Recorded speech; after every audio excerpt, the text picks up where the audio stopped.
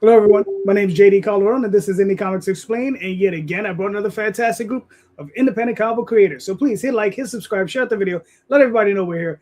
And without further ado, my man from the other side of town. What's up, everybody? I'm Dee Rosario from Unstoppable Comics. Been making books since 2008, hanging out with this guy a little bit after that, and talking to a bunch of talented creators about the work that they are doing. So why don't you bring someone of them on tonight? Well, first, we got to bring on the traveling man himself. Oh, traveling man. Sure. Why not? Why not? Tom, how was the drive? It was good. I got back Saturday evening-ish in the rain here, but that was fine. Wash away the tears and start the week new today. Yeah. And everything's fine-ish, you know. Great. Yeah. Put another 80,000. The house is still here, you know, nothing burned down. Everything's fine. Nobody stole the lake? Nope. Didn't steal anything off my porch either, so that was good. Oh, nice. Lucky devil. That's good. Put another 80,000 miles on the car? Yeah, something like that. Yeah, pretty sure as hell feels like it. Yeah. Dang. Yeah. All right. So first guest, Jared, how you doing? Hey, I'm good. About yourself? Good. Please introduce yourself. Well, I'm Jared Lockhart, and I am officially on my second solo book called Books of Riot, created by me, written and drawn by myself. All right. Yeah. Cool. Way to be. Yeah. Gene, please introduce yourself. I'm Gene, retired from my previous profession. Always wanted to create comics, so here I am. All right, cool. And what's the name of your new comic, if you don't mind me asking? Woodlawn Chronicles, myself and my best friend, brother from another mother, Mike Kelly. He's the writer. We grew up together. It's kind of based off childhood events, but it's Woodlawn Chronicles. All right, cool. You mean this guy? So, What's Mike, up? The What's second going guy on? right there. Yeah, in the car. all right, please introduce yourself, Mike. Man, my name's Mike Kelly. Live down here in Florida. Just yeah. My boy Jay was like, "Hey man, I've got to get this done," and I was like, "Cool." I kind of got a story, and just started putting it together. So, kind of based off of our childhood, and I think it's pretty cool. All right. Cool. And last but certainly not least, Mr. Fox himself. Thank you, JD. Always good to see you. I gotta know, are you involved with that new Tenchi thing? What? No. I mean, I know them. You know, I'm helping. I promote a little bit. I was gonna brag like I know the guy writing the new Tenchi anime, but okay. No, I wish. You know, I didn't get that phone call. Should Also, I'm pretty sure they didn't want to negotiate that bill either. After the last one, so. That's probably the bigger. So, but anyway, roadblock. And also I think that the guy from Japan, they have a couple of stories they've been wanting to push out as anime, but they just haven't been getting financing. I guess these guys fell in their lap, so they're going that route. Well, fair enough. Yeah. All right, gentlemen. Pretty sure all of you have seen the show question, right? So, the direct market has been a shambles ever since Diamond closed its doors, right? Forcefully. But, there have been a lot of gatekeepers who have come in, basically in the form of Lunar and a couple other companies, and I mean, listen, they got reasons for doing what they're doing, but we have been seeing options come up, right? You have Filbo Publishing or Filbo Distribution, You have Massive Printing and Distribution, right? They're coming up. Massive has already been around distributing, small publishers, but now they're adding that printing aspect to it. So I don't know how that's going to work out. And there's a place called Aggregate Inc. Aggregate Inc.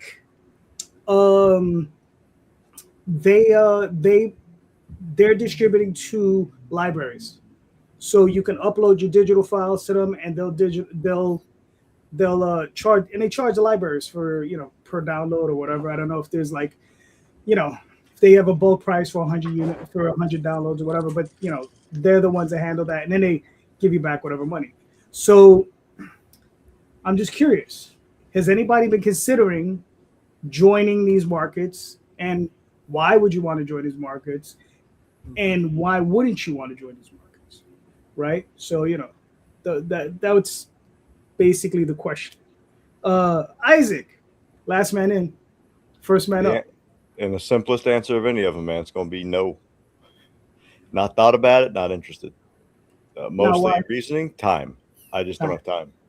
With everything I got now, like, not that I'm not huge or anything like that, but like I'm still packing the last run, shipping that out. And this time of year when convention season for us starts up, I just don't have time to go into more stuff like that. So for me, it's 90% of what my company does is done by one guy. So that's just me. So it's just not, thank you, cat. And the cat apparently wants to say he helps, but he doesn't. But it's just a time thing. That and the more like big names I've talked to, the more they're like, yeah, stay away from like everybody that publishes or does anything like that. So I've heard too many horror stories, kind of gun shy at this point. Right. Snoop. Fair enough. Jared, you're up. Yeah, man. I'm not really to be honest, I'm a novice when it comes to all the distribution stuff. I'm kind of under Rolling Squid Bones and Chad and David Daub do a lot of that, and but I know we're seeking other venues to get our own books out there, mostly the trade stuff. The floppies are a little kind of harder to sell to, since the whole stories in the trades are a little bit easier to digest for a lot of distributors. Right. But yeah, I think we're open to getting out there more. I know I am. I would love to get out there a little bit easier and more available, if you know what I mean. So yeah. All right, cool. Gene, what are your thoughts? I'm gonna piggyback off what Jared kind of said. I'm a novice at this. My whole passion was just to be able to create a book, and once that kind of happened, I then realized that this is a part of it, and I'm trying to learn it. It's not for the faint of heart. Yeah, I have no idea. And like you go off of, okay, I'm gonna show my age, but like Bill Watterson, whatever, when he didn't want to like give the rights up for like toys or whatever, and you know what I mean? I don't know anything about control. And again, we just got the book done, and I was like, okay, what now? I didn't even think about it until then. So if you can teach me or you tell me what you guys think, I'd be glad to hear it. All right, cool. Mike, what are your thoughts? What's up? So first off, is it just me, or I can hear Jay, but I can't hear nobody else except for you, the host. I don't know if I'm doing something wrong. I am old, and I'm technologically stupid, so I'm probably doing something wrong. Don't worry about it. We're all a little bit on the aged side, okay? So Yeah. We're all there. Not as white. Well, I hope so, dude. Because like I just turned 51, and I feel like I'm 80, but I still got the heart of a 17-year-old, so it's weird. Well, check it out. I'll be 58 in November. Wow. Right, well, you don't. That's what I'm talking. You look about. good. Well, and to answer your original question, I'm with Jay here. Like, I'm brand new to this. Honestly, I stopped reading comic books when Tom McFarlane, left Marvel. So when they started doing 100 different Spider-Mans and all these weird storylines, I was just like, I'm kind of done with it. So I didn't really get back into the comic book thing until, Jay approached me with this idea, and it was based off of him doing another comic book that he wrote. And I was like, yeah, I got a story I've been kind of wanting to put down. I was really thinking about putting it in like a novel form. But it seemed like it'd go really well in the comic genre. So as far as like distribution and whatnot, I don't know. We're brand spanking new to this. So, we're just kind of up in the air with it, trying to learn it. So. All right, cool. I mean, the only one older than me is Jay. He's going to be 62 next week. So he doesn't look happy about that. Yeah. But how many of y'all got a 5-year-old at 51? What? Yeah. Thank God. No. Wait a minute, I got on that one. I got a 3-year-old at 51. Okay. Oh, Jesus. You're 51, Gene? Yes, sir. Oh man, I thought you were in your 30s. You're looking good, bro. Yeah. It's when you shave it all off, you get rid of the salt and pepper, You know, if I maybe hit a little Just for Men's, you'd be straight. Okay. You know what I mean? Like, Okay. just shave it off, man. Moisturize, you good. There you go. I got one question. Does anybody else think that Tom looks like Steven Seagal? You're sorry. 16 years too late for that joke. That's been around for 16 years as I've been in this industry, and when this isn't here, it's even more real. So yeah, he's got to go. He's got to go dark black to be The current. real question is who could beat who, you know? oh, I'll I'm going take with him. Tom. I'll take him. I'm going with Tom all day. I'll take him. Tom has skids of books he could drop on him. That's right. That's what I'm talking about. Tom, what are your thoughts? This is an interesting question for me right now, because I've been thinking about this a lot, going through a lot of different stuff this past couple of years. You know, for us, we started 16 years ago in the direct market. We didn't have Kickstarter, we didn't have anything else. We just took a book and said, "Here, Diamond," and Diamond said, "Here, retailers," and retailers said, "Here, customers," and people bought the book. It was why at the time I had lost, this would have been 2009, 2010. It was at the time when I had lost the job that I had, and I had started these books, and I was just like, well, let me just see what happens with these things before I go get another job somewhere working at Walmart or whatever. And so because that book sold, and then we released Critter, and because that book sold, the door to me just flew open, and I've been doing comics ever since. But after 4 years, we stopped publication, went under the Aspen banner, and they published our stuff, but they just reprinted stuff. And those reprint numbers through Aspen were almost the equivalent numbers that we were doing on our own. These were second printings now of these books just 4 years later. So then I was with them for 3 years. And then when we separated, I had a choice. It was go back to the direct market and just do what we did, or try out this new thing that's happening, which was Kickstarter.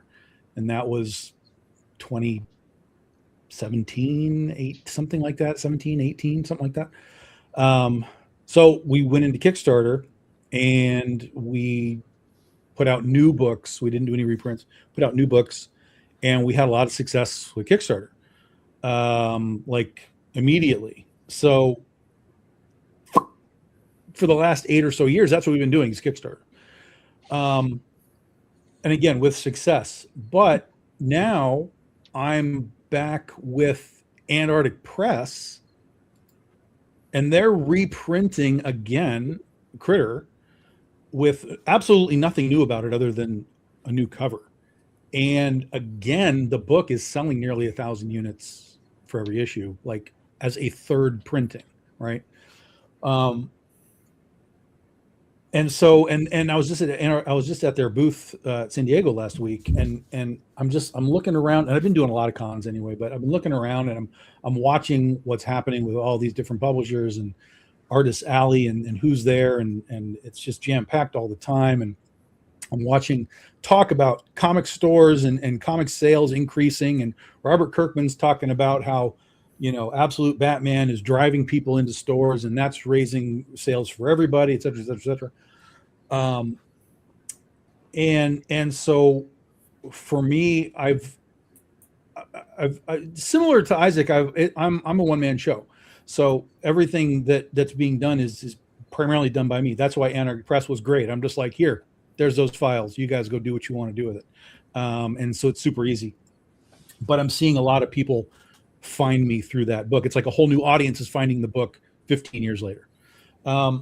So for me, in 2030, it's our 20-year anniversary.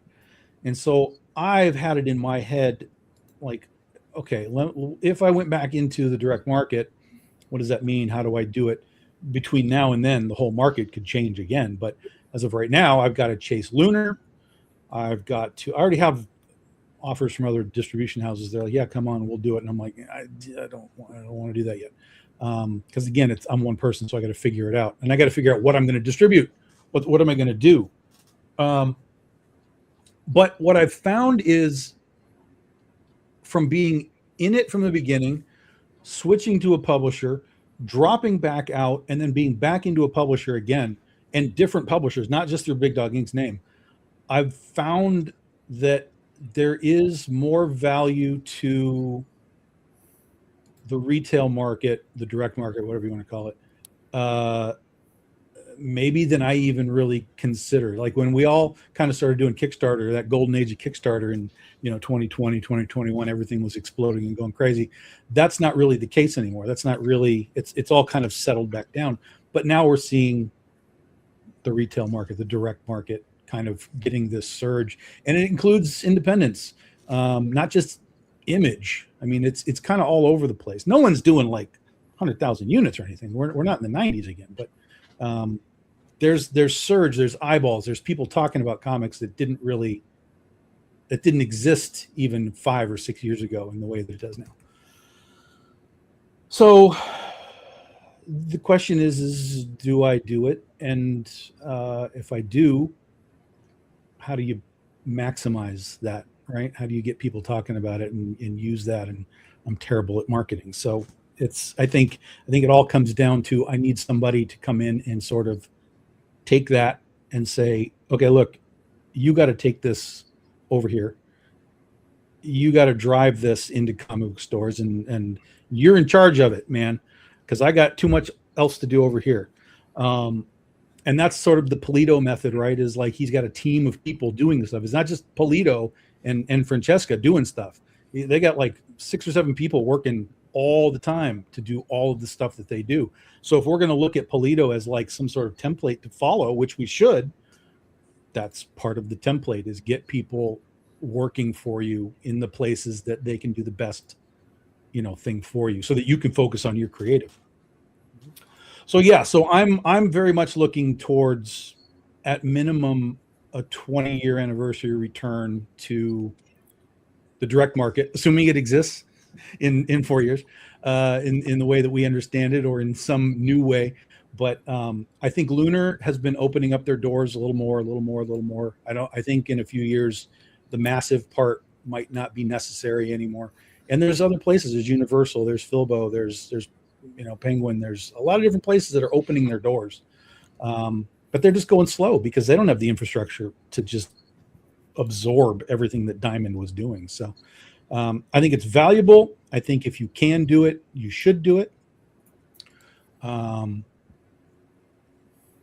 yeah, like I said, I would say at this point, 80% sure we'll be back in the direct market by our anniversary. Nice. Cool. Hey, JD, if you don't mind, someone put a comment on the bottom, and they were like, is comparing someone to Steven Seagal an insult? Absolutely not. At no point was I trying to assault anybody. I love Steven Seagal, above the law.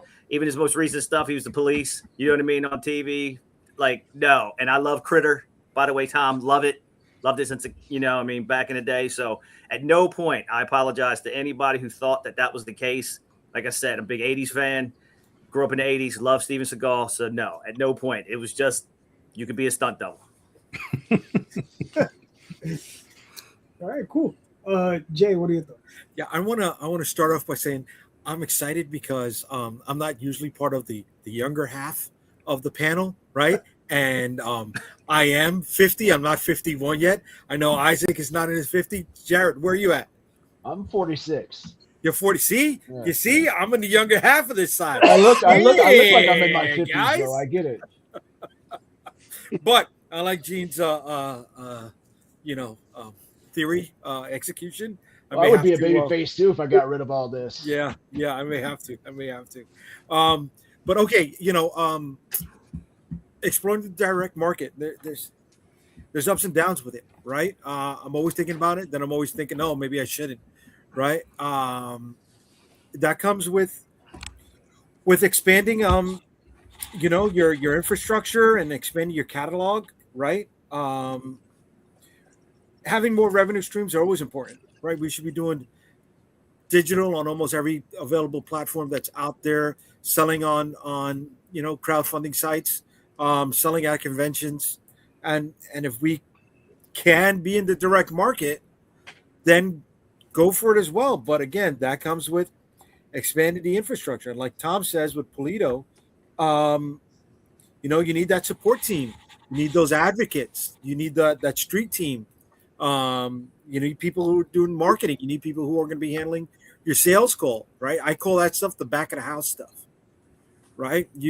Everybody wants to make the book. That's great. And Gene, you came on saying this.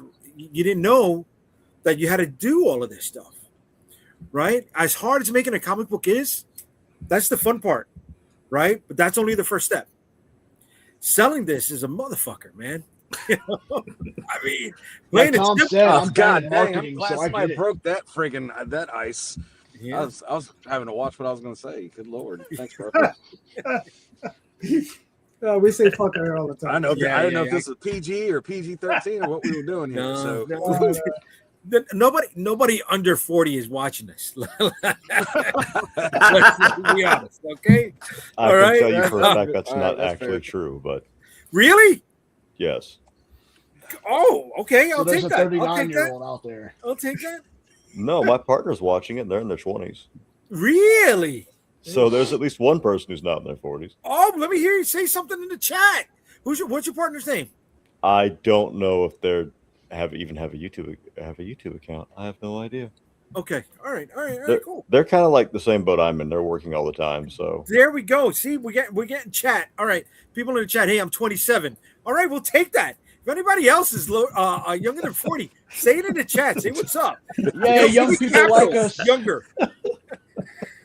Right. Man, what happened to comics? I know in my day there was nobody our age. Yeah, this is just the big boomer show, Yeah. But Gen X. Yeah, definitely Gen X. They don't know the difference. They don't know the 29 and not the partner. All right, Garrett.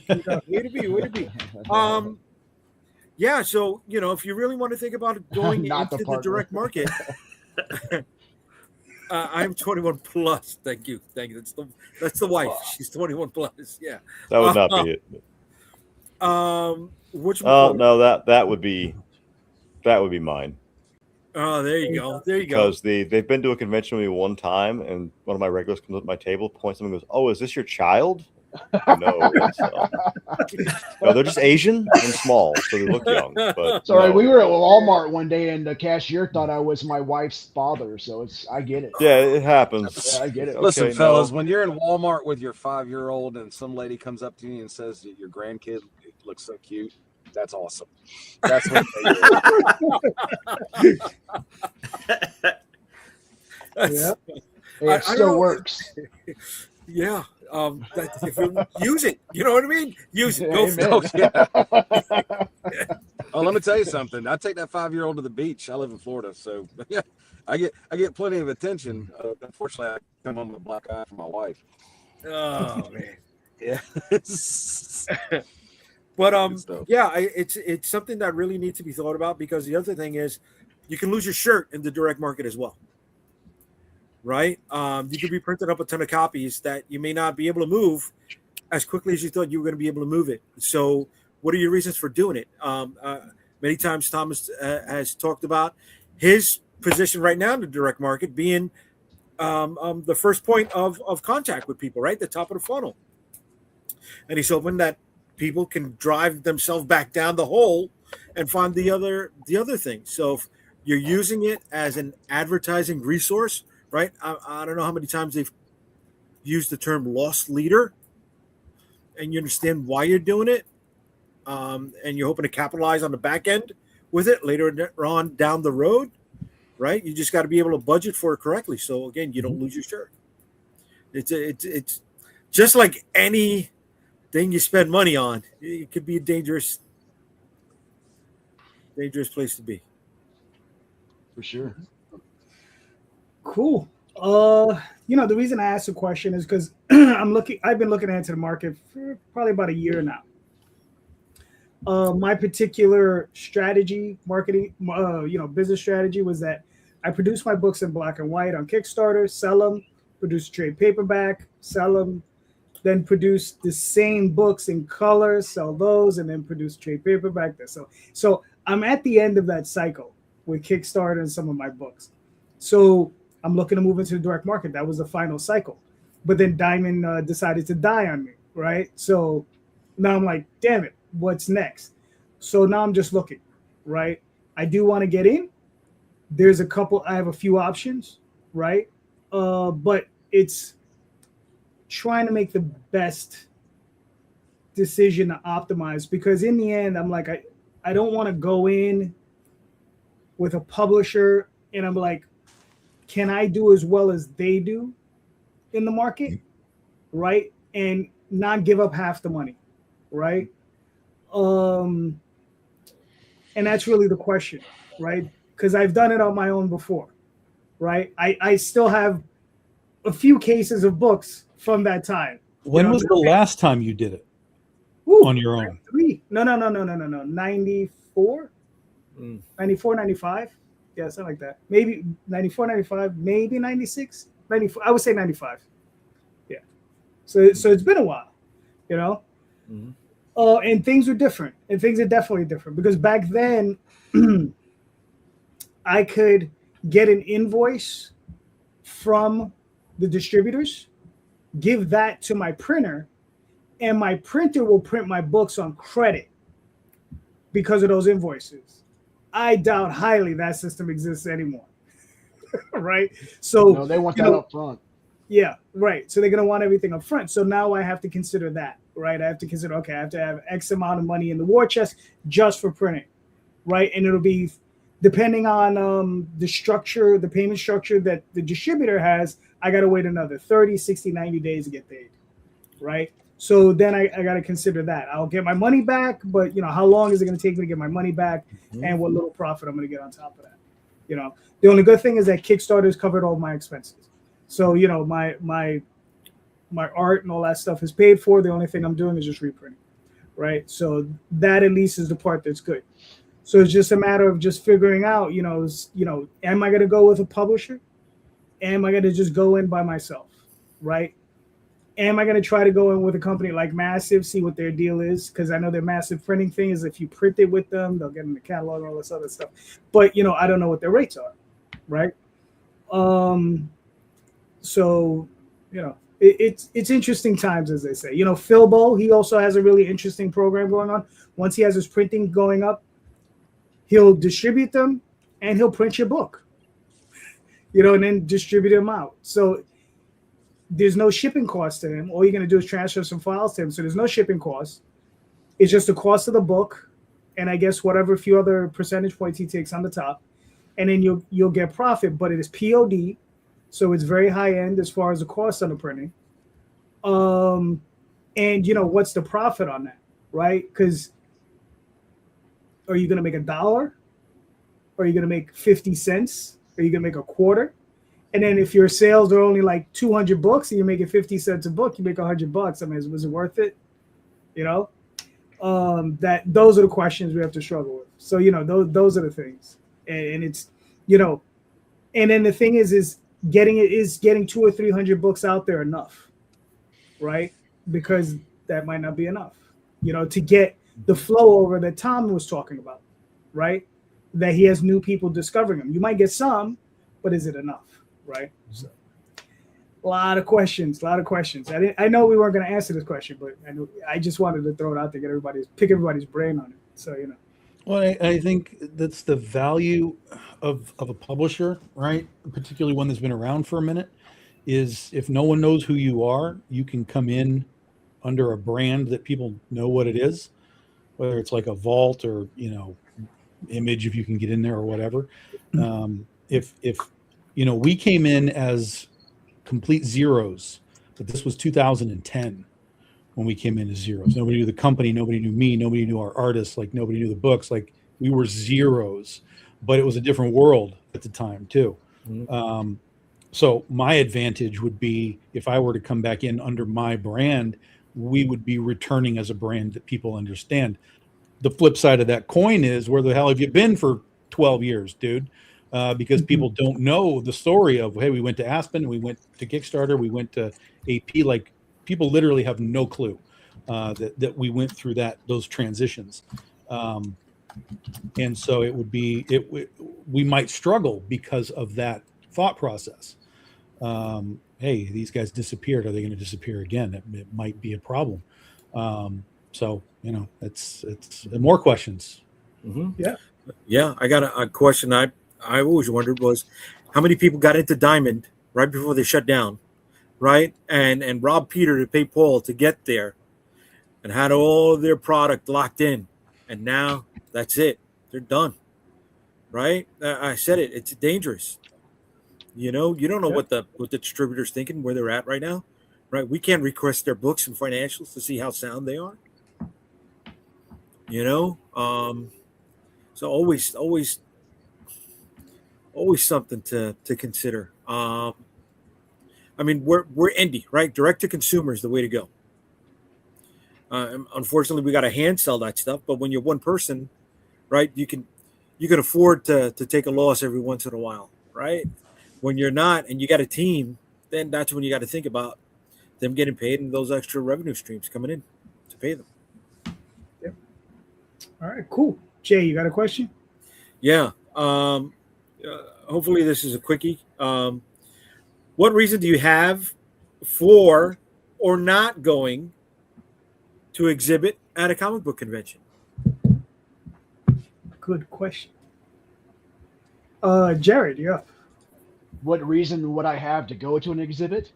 For or against? Either For or one. against? I mean, personally, I mean, if I'm going to go to an exhibit, it's got to be something that, you know, I'm interested in. You know what I mean? So No, to set up. To set up. Sorry. No, you're fine. I guess I understood it wrong. No, to be fair, I have not done a convention, and it's more of a confidence thing because I'm a nobody, and it's one of those things that I want to be able to have enough product, and I've got stuff that I can sell. I've got Rolling Squid Bones stuff that I could sell, and it's just one of those things that what is it that I can give the consumers that walk up to the table that Joe Blow down the road doesn't have? You know what I mean? So I don't know what. It's one of those things that it's hard for me not having that experience or I guess the right teachers. Even though I've got teachers, it's just one of those things I haven't really had to deal with myself, and I'm late in the game, as it were. But you know, I am trying to learn all that myself, so I can give the guy who walks up to my table what they want. All right, but You dude, know? don't say you're a nobody, please. You made a Wow. book. You In made a the book, great so that means you gotta scheme of play it at the things, you know what I cookout, mean? brother. You know, Right. In the great Right. scheme of things, you know what I mean? So I'm somebody, just not to the Okay. people that are walking up to my table yet. You know what Okay. I'm saying? So Okay. yeah. So that means, dude, you got nowhere to go up. You know what I'm Yeah. saying, bro? Oh Come yeah. on, Yeah. man. Oh yeah. Oh Come on. yeah. Oh yeah. I'm getting there. I'm actually Right. thinking about next year. We have local Comic Cons. I'm thinking about Good. going ahead and buying Good. a table. My only thing is getting my money back from that table because they're not cheap anymore. So Right. Yeah. I'm good at breaking even. I don't care if I break even. I just don't want to lose out. You know what I'm saying? So I get it. Mhm. I get it. All right, I want to cool. learn from all you guys who've done this. So We're here, bro, and we don't yeah. charge you to be in our master class. Oh, did I say it? Oh, I'm sorry. Did I put that out there? My Well, that's fault. good because I make comics. I ain't making shit right now. So. Watch your feet as I drop those bombs. I'm sorry. Wow. Nice. Gene, what are your thoughts? So when I got into this, and I'm lower on the rank scale than Jared, so let you know where we're at. But I look at everything from an end of life type of thing, right? You're on your deathbed, and you know what I mean? You got stories, what you did in life. For me, I plan on going to a Comic-Con at least once, setting up. Man, look, if nobody buys it, if no one likes it, whatever, man, at the end of life, man, you with your fellas and you're telling stories, man, we did it. You know what I mean? Whether, because for me, success isn't about, you know what I mean? Look, everybody wants the Todd McFarlane money. That's nice, right? That I'm not gonna lie. But for me, success is different. He's a salesman. Yeah, look, yeah, a good one. And yeah. but me and Mike have made a book You know what I mean? Like it's in print. You can hold it. You know what I mean? Like I'm not paying my bills with it, but like a local comic store is carrying it. I got like a video game shop that has it. I've had some purchases online, whatever. So for me, it's already a success. But just saying like, hey, you know what I mean? I don't want to go through life and look back and be like, well, now I wish I would have. You know, I'm going to do it. If I don't get the money back, man, I did it. That's fantastic to me. That's something as a kid, it's dreams, man. It's what I just sit around drawing on my sketch pad thinking I would never be able to do. And just because of today, here we are. I like I said, I'm lower than Jared on this thing, but I'd love to do it just to do it, see where it goes. Cool. Well said, buddy. Yep. Mike, what are your thoughts on that? Oh man. So look, I'm a pretty practical person, right? I really believe that you get what you give, right? So as far as going to comic conventions go, yeah, I think it's a great idea. I mean, I'm kind of with Jay here. Like we understand that we're probably not going to pay our bills with the money coming in from this thing if we make any money at all. It was just kind of something that we've always talked about doing. So at the end of the day, would I like to see it become successful? And are we going to put as much hard work and effort into it as possible? Absolutely. But it's just one of those things where, we can high five each other at the end of the day and say we did it. So like, pretty excited about that. But no, I definitely believe in hard work. But just listening to y'all talk makes me understand that the game has changed completely from when we were kids, when I was into the comic book thing, to now. It's 100% different. And how do we navigate that? I don't know yet. Like we're still trying to figure all this stuff out. It's nothing's the way it was. I mean, I've been playing music for 40 years, and it used to be when you wanted to be famous in music, you had to go to the record companies and try to get signed on a label, and now all you just have to be is a YouTube or a TikTok sensation, and boom, you're in the money. So like everything's just changed radically. So trying to keep up with that's a little difficult. But at the end of the day, we're excited that we're doing what we're doing, and just gonna keep pressing forward. I hope that answers the question. Oh, that's fair. Isaac, what are your thoughts on that? I do that now. Just last month, we had First Coast Comic Con we were at, and the weekend immediately following that, we were at CostCon here in Jacksonville. So already doing that. And my biggest show of the year is going to, so that's where we're headquartered at. Our next show will be in St. Augustine in, I think, September. So, dude, I need to come in and introduce myself to you. I live right here in Palatka. Oh, so go to Ancient City Con is the best show in North Florida, hands down. Okay. All What's right, it called? Make sure I get... I'm sorry, Ancient City Con. Yeah. It's the best big medium show you'll ever do. It's not as tiring as other ones are, but at the same time, very profitable. The big hang up for me doing more of them is they're just tiring. I'm not a social person. I'm a writer. We are introverts. I don't like being around people. I don't like crowds. I force myself to do it for the job because I live by the creed that anything for AT, no cost is too great. If the company needs it, it'll get it from me. And that includes me going to conventions and being on and bubbly and friendly and dressing as vibrantly as I can for 8 to 10 hours straight. And usually by the time that's over, I'm exhausted. One of my best colleagues, she did. What's up? How do you do that? Be a people person, man. Be bubbly. I want to be bubbly. The usual joke is cocaine, but I can't afford cocaine. I work in comics. The question is, how bad do you want it? That's how I look at it. Like, how bad do I want this? If I go to a show and there's other comic guys there, which I respect them, and everybody's always cool at a show. Everybody's nice. It's great. But I put myself in this almost hyper competitive mentality of like, hey, he got to sell right now. Why aren't you selling? Why didn't you sell one in the last 5 minutes? Get up and get to work. And it's not about actually competing with them. It's about just keeping myself in that lane to keep doing my job. It is difficult. That's one reason why I don't do very many of them. It's extremely tiring. A colleague of mine, she did burlesque shows after both conventions up here in North Florida. And she'd always go, you get free seats to the VIP with all this? I'm like, yeah, that's cool. I love that. Thank you. I've been to one. in like 5 years because by the time the show's over, at the end of the day, I'm like, I'm barely coherent and conscious. I'm losing my voice by day 2, and I'm surviving entirely off of energy drinks and coffee. And I don't even drink energy drinks, but I do at conventions. So I do them. I'm potentially taking a contract to do sales for somebody at MegaCon next year, but I don't know how I'm going to survive that yet or not. If you would all pray to whatever God you believe in, I'm going to need it. Other than that, just the only thing that stops me from doing more is just time and energy. And mentally, they're rough on me, but some people are good at it, some people aren't. I can do it, but afterwards, I'm going to be, my social battery's gone. I don't talk to anybody for like a good 2 to 5 days after a convention. I get it. I get that.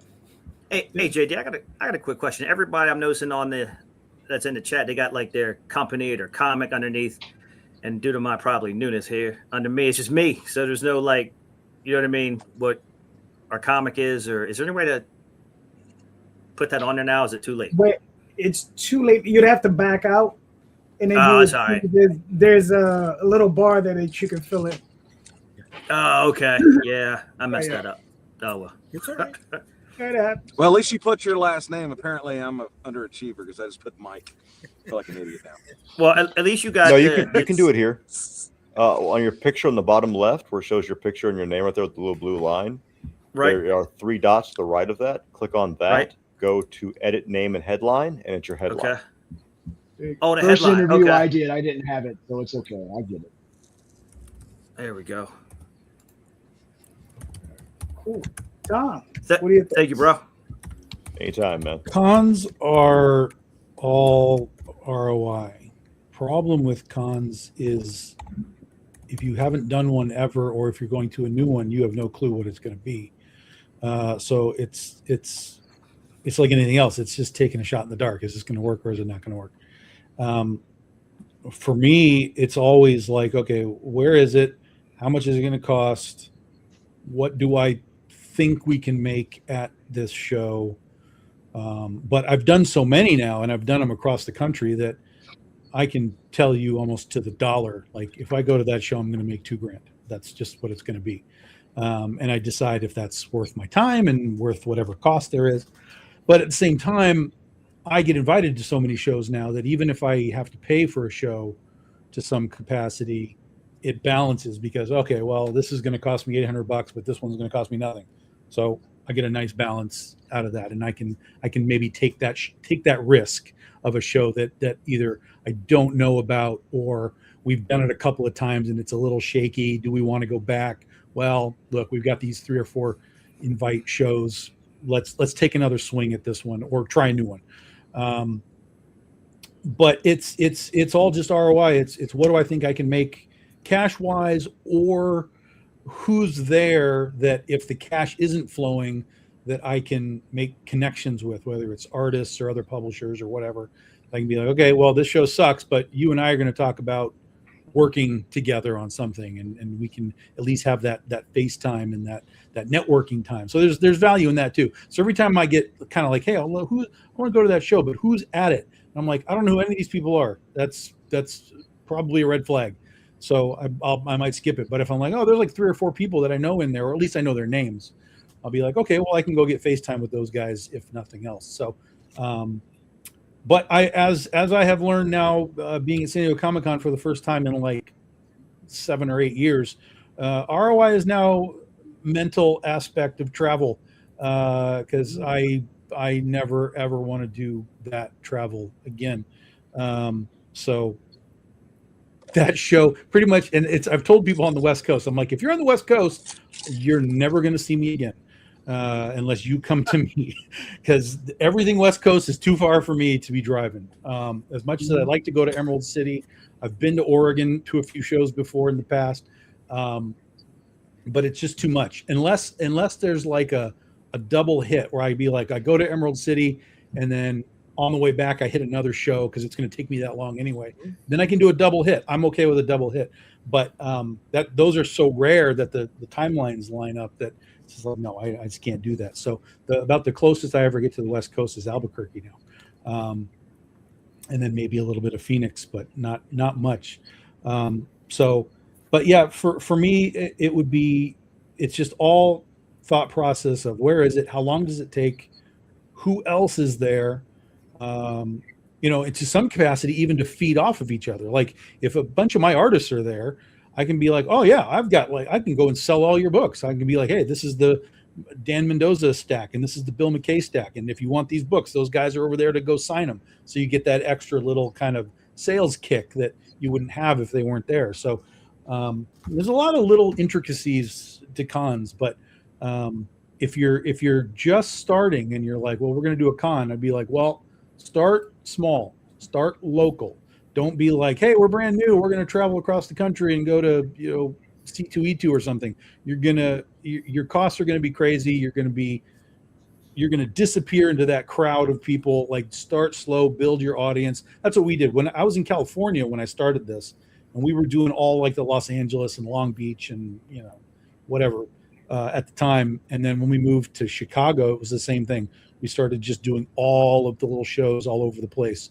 And C2E2 at the time was not as big as it is now, so we dropped into C2E2. But again, that became our local show, so people knew that we were Chicago based, and our books were in stores, and people were excited that we were at these shows. So if you're starting from ground zero, start local, start small, and build your way up. All right, cool. I've done a lot of shows in my day. So, because I started in '92 self-publishing, and my wife and I have done a lot of shows, right? So, but in the last 4 or 5 years, we just haven't done many shows. I wasn't even in school when you started self-publishing. Right. Did I freeze for a moment? I wasn't even old enough to attend a class yet. That's awesome. Yeah, I know. I was 12. All right, so I guess I froze. All right, yeah, but yeah, I've done a bunch of shows.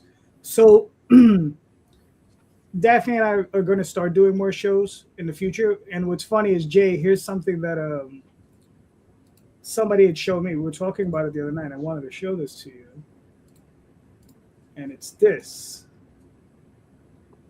Do you guys see that? Yeah. All right. Mm-hmm. So this is 2016 small press in New York Comic Con, 112 tables. This is 2025. Yeah. 48 small press booths. Yep. And Jay, according to you, said it's 24 this year. Yeah. These people. Holy cow! Yeah. When you look at the red block on the right hand side, just remove one of those top sections, right? So I was always on the top left 6, the right hand side of the top left 6, and I'm not there anymore. So I am now where it shows the hot flip section on top. Mm-hmm. That's where I'm going to be this year. Gotcha. Yeah. But what that tells me is these people, I think people in the larger conventions, especially the lead pop people, they don't want small press.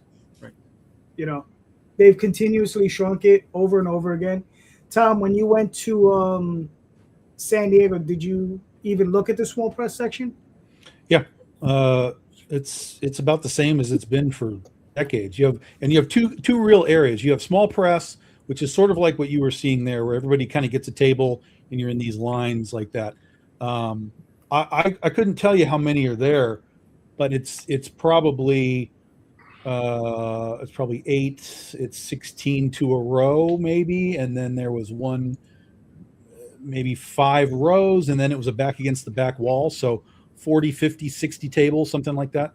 And then they have sort of like a separate zone for, I don't know what you call it. It's still small press, right? But it's guys like Eric Powell and Brian Polito and stuff like that. So it's like small press, but like a step up maybe from small press. So that has that section too. Like guys like Terry Moore are in there.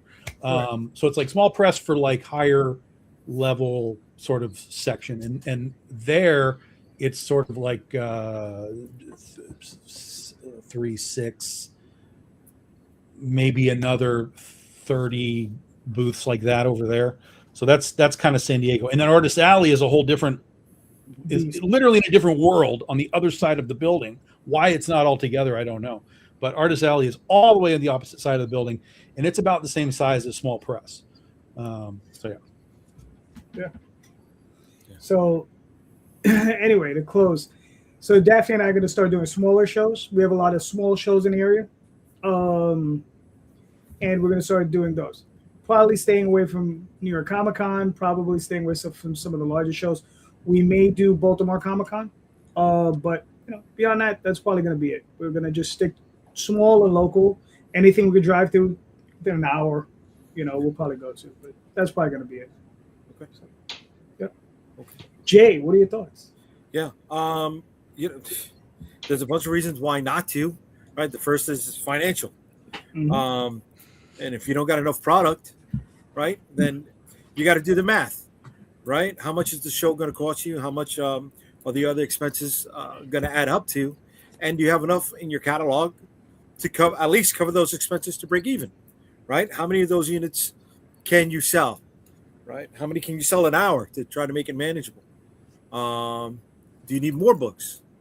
Right? And that helps you decide, okay, I've got 5 books. That's enough for maybe a $500 table over 2 days. Right? But then you start thinking about the other stuff. Can we do tees? Can we do pins? Can we do, the added merchandise, the stuff that's high margin? The reason to do a show is, like Thomas said, the networking. Sometimes the show may not be cost effective for you, but you may meet people that you're not going to meet at, and there's not a knock, local church basement con. Right? Sometimes you're going to have guys in your team that you're working across the world with, right. and they may want product, and it's a great experience that other fans can have, or the customers can have, and it's a great way to trade on that type of content. Hey, get your stuff signed by me and this person who were never together, so this is a rare opportunity. But it's always in my mind, the reason why you're going to do a convention is to get people to sign up to that newsletter, man. Build that fan base, build that crowd base, build people that are going to buy from you throughout the rest of the year or whenever you drop something. All right, cool. Yeah. Hey, JD, if you go to Baltimore Comic Con, let me know, because I live in the area and I would definitely like to come by and nice, check you out, whatever, because I'm right across the line in PA, but I go to Baltimore Comic Con every year, local ones around here and in the PA area, whatever, small ones like Carlisle, whatever. But yeah, if you go, definitely let me know. I'd love to come see you. All right, cool. Like I said, it's a maybe for us next year. We'll see, though. We'll see. And the thing is well, let's move on to our first book. Jared, do you want me to play this video? Yeah, go ahead. All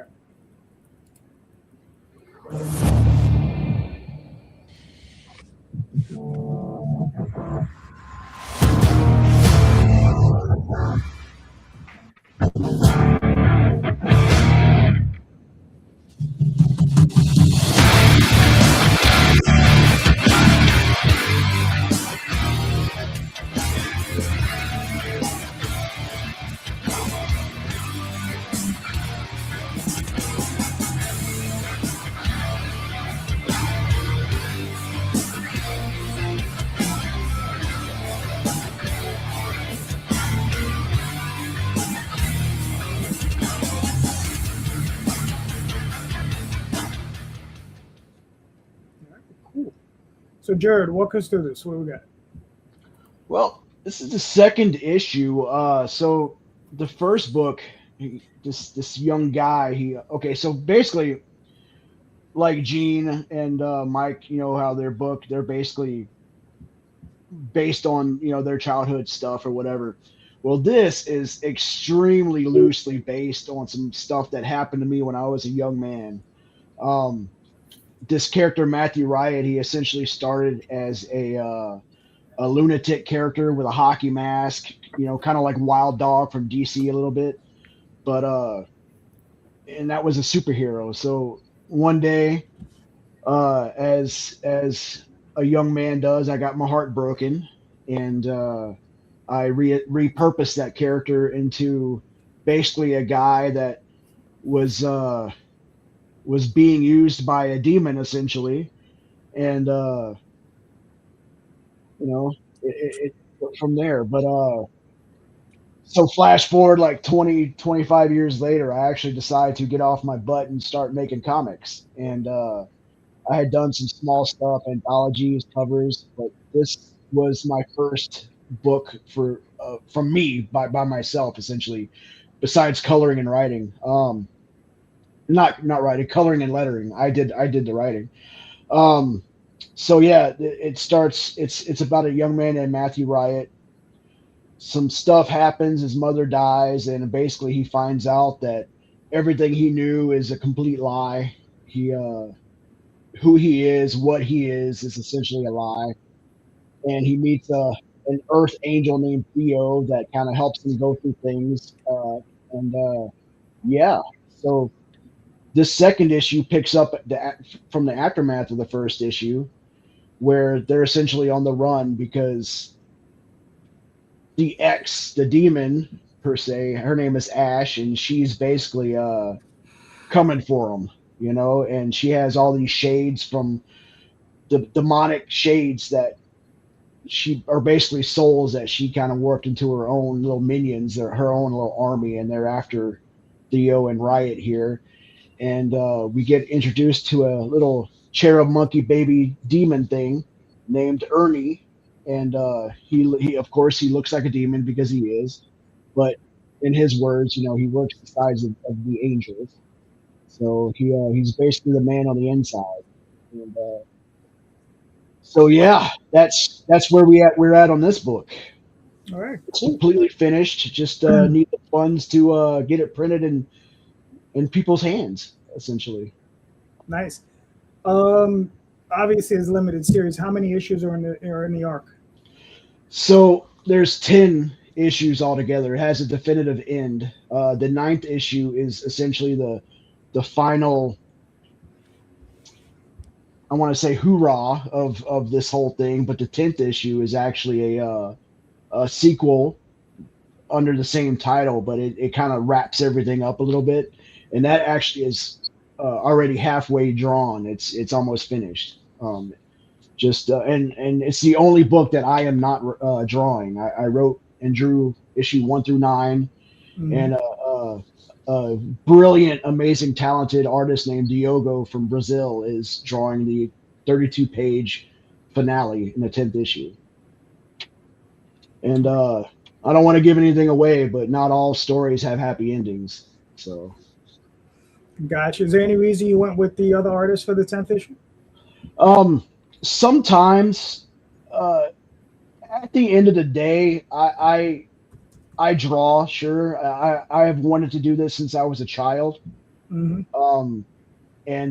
sometimes you don't feel like you're a good fit for something, and I essentially wrote this 10th issue in a day, and I sent it over to my editor the next day, and it was finished. It was this 10th issue was just something I couldn't get out of my head, so I had to get it done. And the so far, I mean, it's beautiful. And the guy Diogo, he's super talented. He's a lot better than I could ever be. And yeah, like I said, some things you don't feel like you're a good fit for, and that final hurrah to me was one of them. And I think I was right, because I'm blown away by what he's done so far, and I cannot wait until everyone else sees it. So it's going to take a couple of years, but I'm excited about it. It starts off, the story starts off a little slow, Right. and then it picks up in the second issue, and it's balls to the wall in the third. So, and the third one comes out at the end of the year on Kickstarter. So, all right, cool. Yeah. Listen, man. I mean, the guy must be great, because you're not chopped liver there, man. Your stuff's looking pretty good. I appreciate that, but I have to say, the colorist is Kurt Belcher. He's been in the business for a good minute, and he's the guy who colored me. And I gotta say, he makes me look so much better than I could, because I'm shit at coloring, honestly. So, but yeah, well, listen, you're doing a good job. I appreciate that. You're doing a good job. I mean, I like your storytelling. I like what you see. I like your pen and ink is looking good. So nice stuff, man. And the letters are by Lori Calcaterra. She's also a good pro in this, and her letters are pretty great in my opinion. So cool. No, Laura's a good person. I don't know. I've never seen much of her lettering, but it looks good by what I see. So. I think so, and I'm trying to learn from her, because I'm not good at selling stuff, and she is. Yep. I'm horrible at marketing. I essentially copied and pasted my first Kickstarter on this one and just kind of like reworked it as I was building the campaign for the second one. But I am shit at marketing and selling. So I'm one of those old-fashioned guys that feel like, hey, you want a comic book? You want a story that you may or may not like? Check me out. It's really hard for me to be like, here's stuff to entice people with, because that's not who I am. And unfortunately for Kickstarter, that's one of those things that helps you move, I think, is stuff. And I'm slowly learning that. So. Yeah, the stuff does help. But listen, man, I mean, a good art and good story, will carry you over, though. So keep up the good work. I mean, and like I said, it's looking really good, man. I mean, you got another 11 days to go. You got 25 backers. You are 72% there. I don't think you're going to have an issue making it. Great stuff. Everybody, go check this out. It's a slow start. It's 25 backers is not the greatest, but I'm going to tell you right now, guys, I don't know how you felt that first time, but when it funded and I got that first book in my hand, it was a freaking dream come true. I felt so high on the world at that time, and just, I mean, it's a slow process at the moment, but when this second issue did go live, it went really high, really quick, and I got so excited. And as much as I hate Kickstarter, it's a good feeling, because you see those numbers go up every other day, and it just makes you feel good, especially when you see people in the wild. I've seen people in the wild with my book and my art, and it makes you feel good. It makes it feel worth it to me. All right, cool, man. I mean, listen, man, like I said, it's a good looking book, very nice, very nice. So go buy that book. Yes, I appreciate it.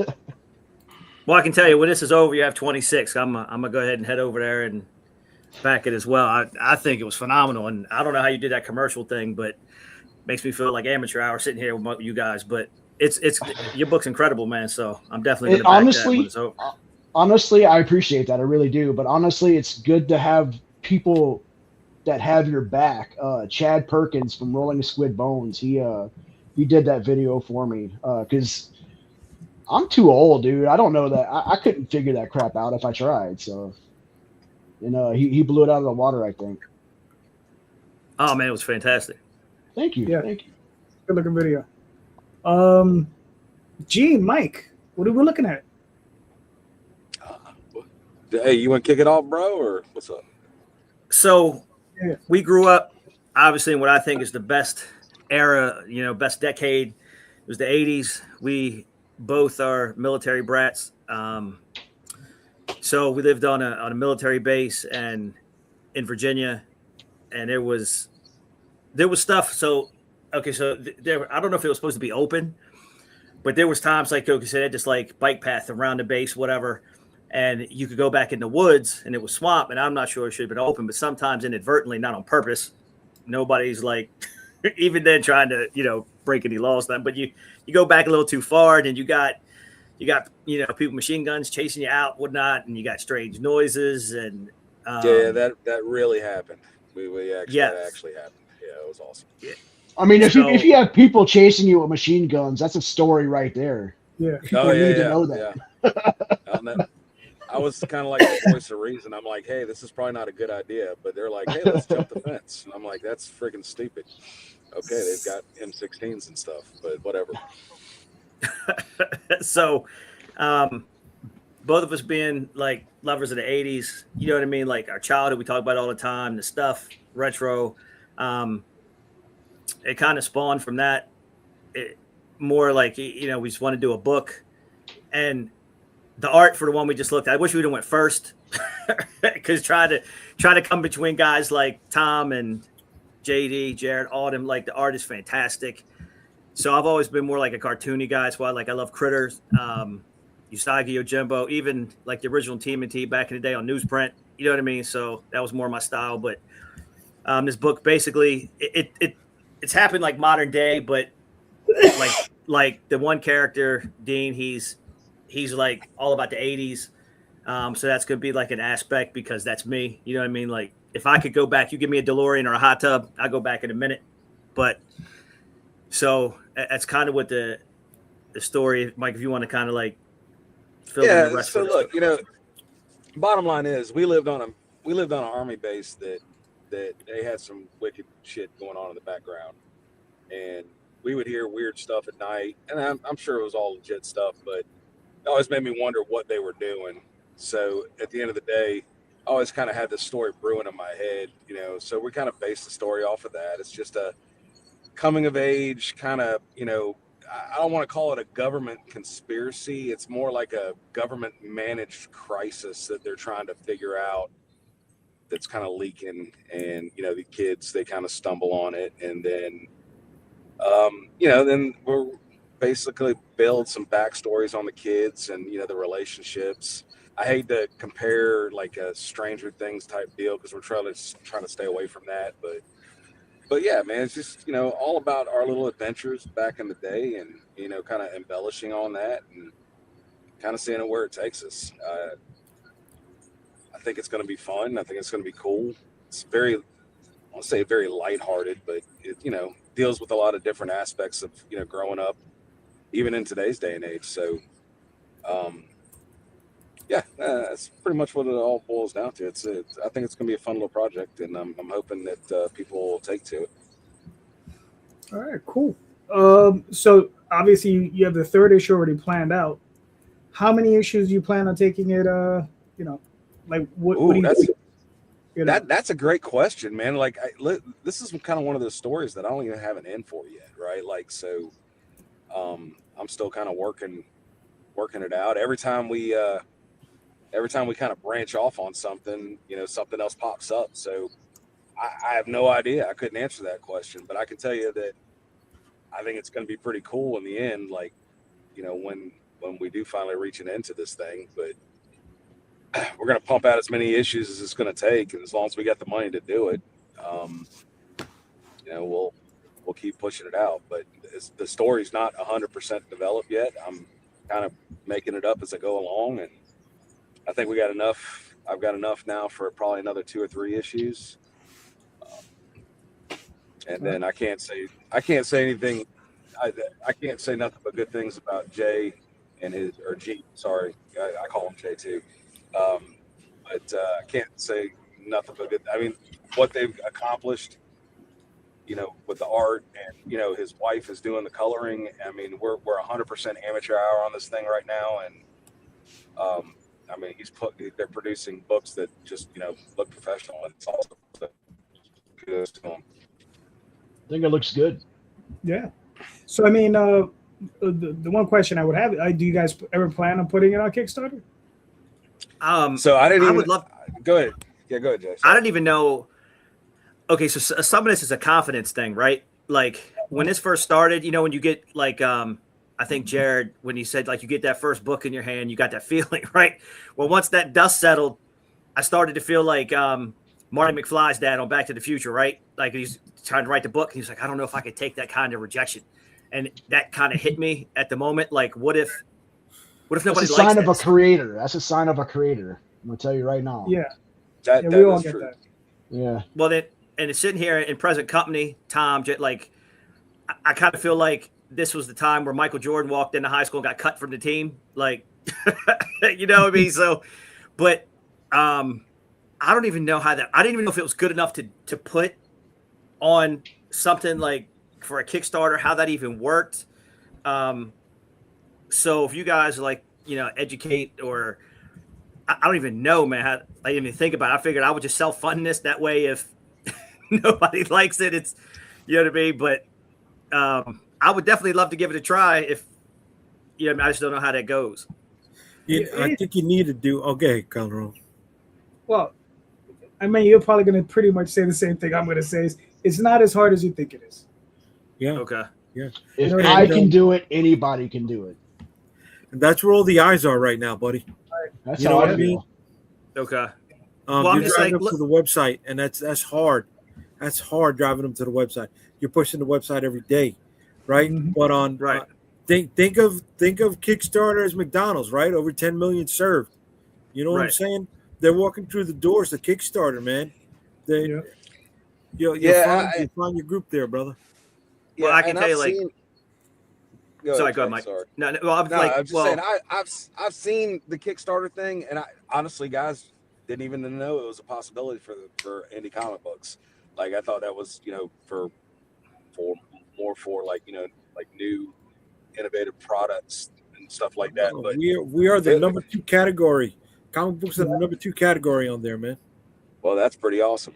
We probably need to look into that. I guess we'll have to hit Chat GPT and figure it out. Oh my God! Don't do that! Don't do that! Stop talking to ChatGPT. Oh fuck!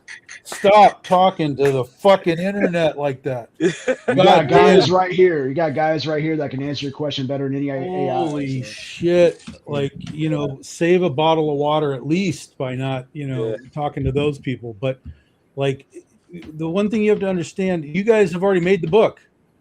Yeah, we have. Yeah. So go sell it. And Yeah. Kickstarter is a sales platform.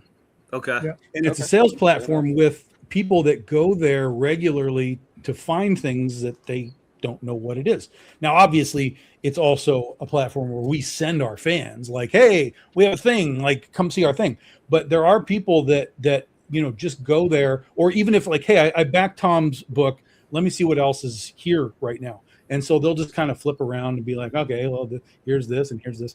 And so you'll be putting your book that's already finished, by the way, in front of people who want to buy it. Now, obviously, you're going to have to print copies for them. But if your costs are already done and you have nothing else to do other than just make however many copies you need for this thing, even your goal level is going to be able to come way down, because it's not like you have to pay for your art or anything. Like, it's all done. So if you're just like, hey, we need, you know, $500, great, put in $500, sell to however many people you can sell to for $500, and then now you've got guys that when you send it to them, they're going to be like, okay, when's number 2 coming? And they'll be ready for you when you come back with number 2 and number 3, and, you know, et cetera, et cetera, et cetera. Well, that's good to know. Yeah. I appreciate that. Real quick, while you're talking, JD, could you go to the home page on the website you were scrolling through and just do the 4-page preview just to get some pages, if you don't mind? Is that okay? Yeah, I can pull it up. I'm sorry, Tom. I didn't mean to jump in and interrupt you. Like, I'm sorry. Well, now I'm not going to tell you anything else. Yeah, I'm just, you know, God dang, Jay, stop. you're going to interrupt me during my Tom talk. You know, I'm sorry, man. No, I'm yeah, so I'm just sorry. kidding. I'll dress my partner down. Jay, stop fucking shit up. He's gonna have the big letters behind him instead of Ted. He's gonna spell out Tom. Tom, yeah. Dang, dude, we're trying to make friends here, dude. Oh my I'm God. trying to make some friends. But I will throw this out because there's a lot of new guys in here that are doing stuff and other people are watching. There's a book that I got that, so far as I know, is still in print, and it's gone through multiple printings. Josh Blaylock, who is the head of Devil's Due Comics, who's been around for a long time, he created a book that is called How to Self-Publish Comics, Not Just Create Them. Mm-hmm. And I have said many times that I am a student of the Josh Blaylock School of Making Comics, because that book had things in it that I would have never even thought to ask about, as far as, like, you know, making, presenting, selling comics beyond just like what is the script and the art and all that kind of stuff. So anybody who's just getting into this, regardless of sort of your level of anything, I would suggest go finding that book. And like I said, it's gone through multiple printings. It's been updated over the years. Find the most recent printing of it. And I think it will help you tremendously in the context of how to present, market, sell, do things with your book beyond just the, you know, here's my script, here's my art. Oh, that's fair. That's fair advice. We'll take it to heart for sure. Where's that button? So if you hit the home button up top, like right next to shop, like you go hit the home and scroll down, hit like the preview right up that button. There you go. How many pages? Yeah. It should be 4. No, I mean in the book itself. Oh, in the book. Oh, we do 22 pages. Well, Okay. 24 because of printing. So we do like 22 for the story, and then you have like a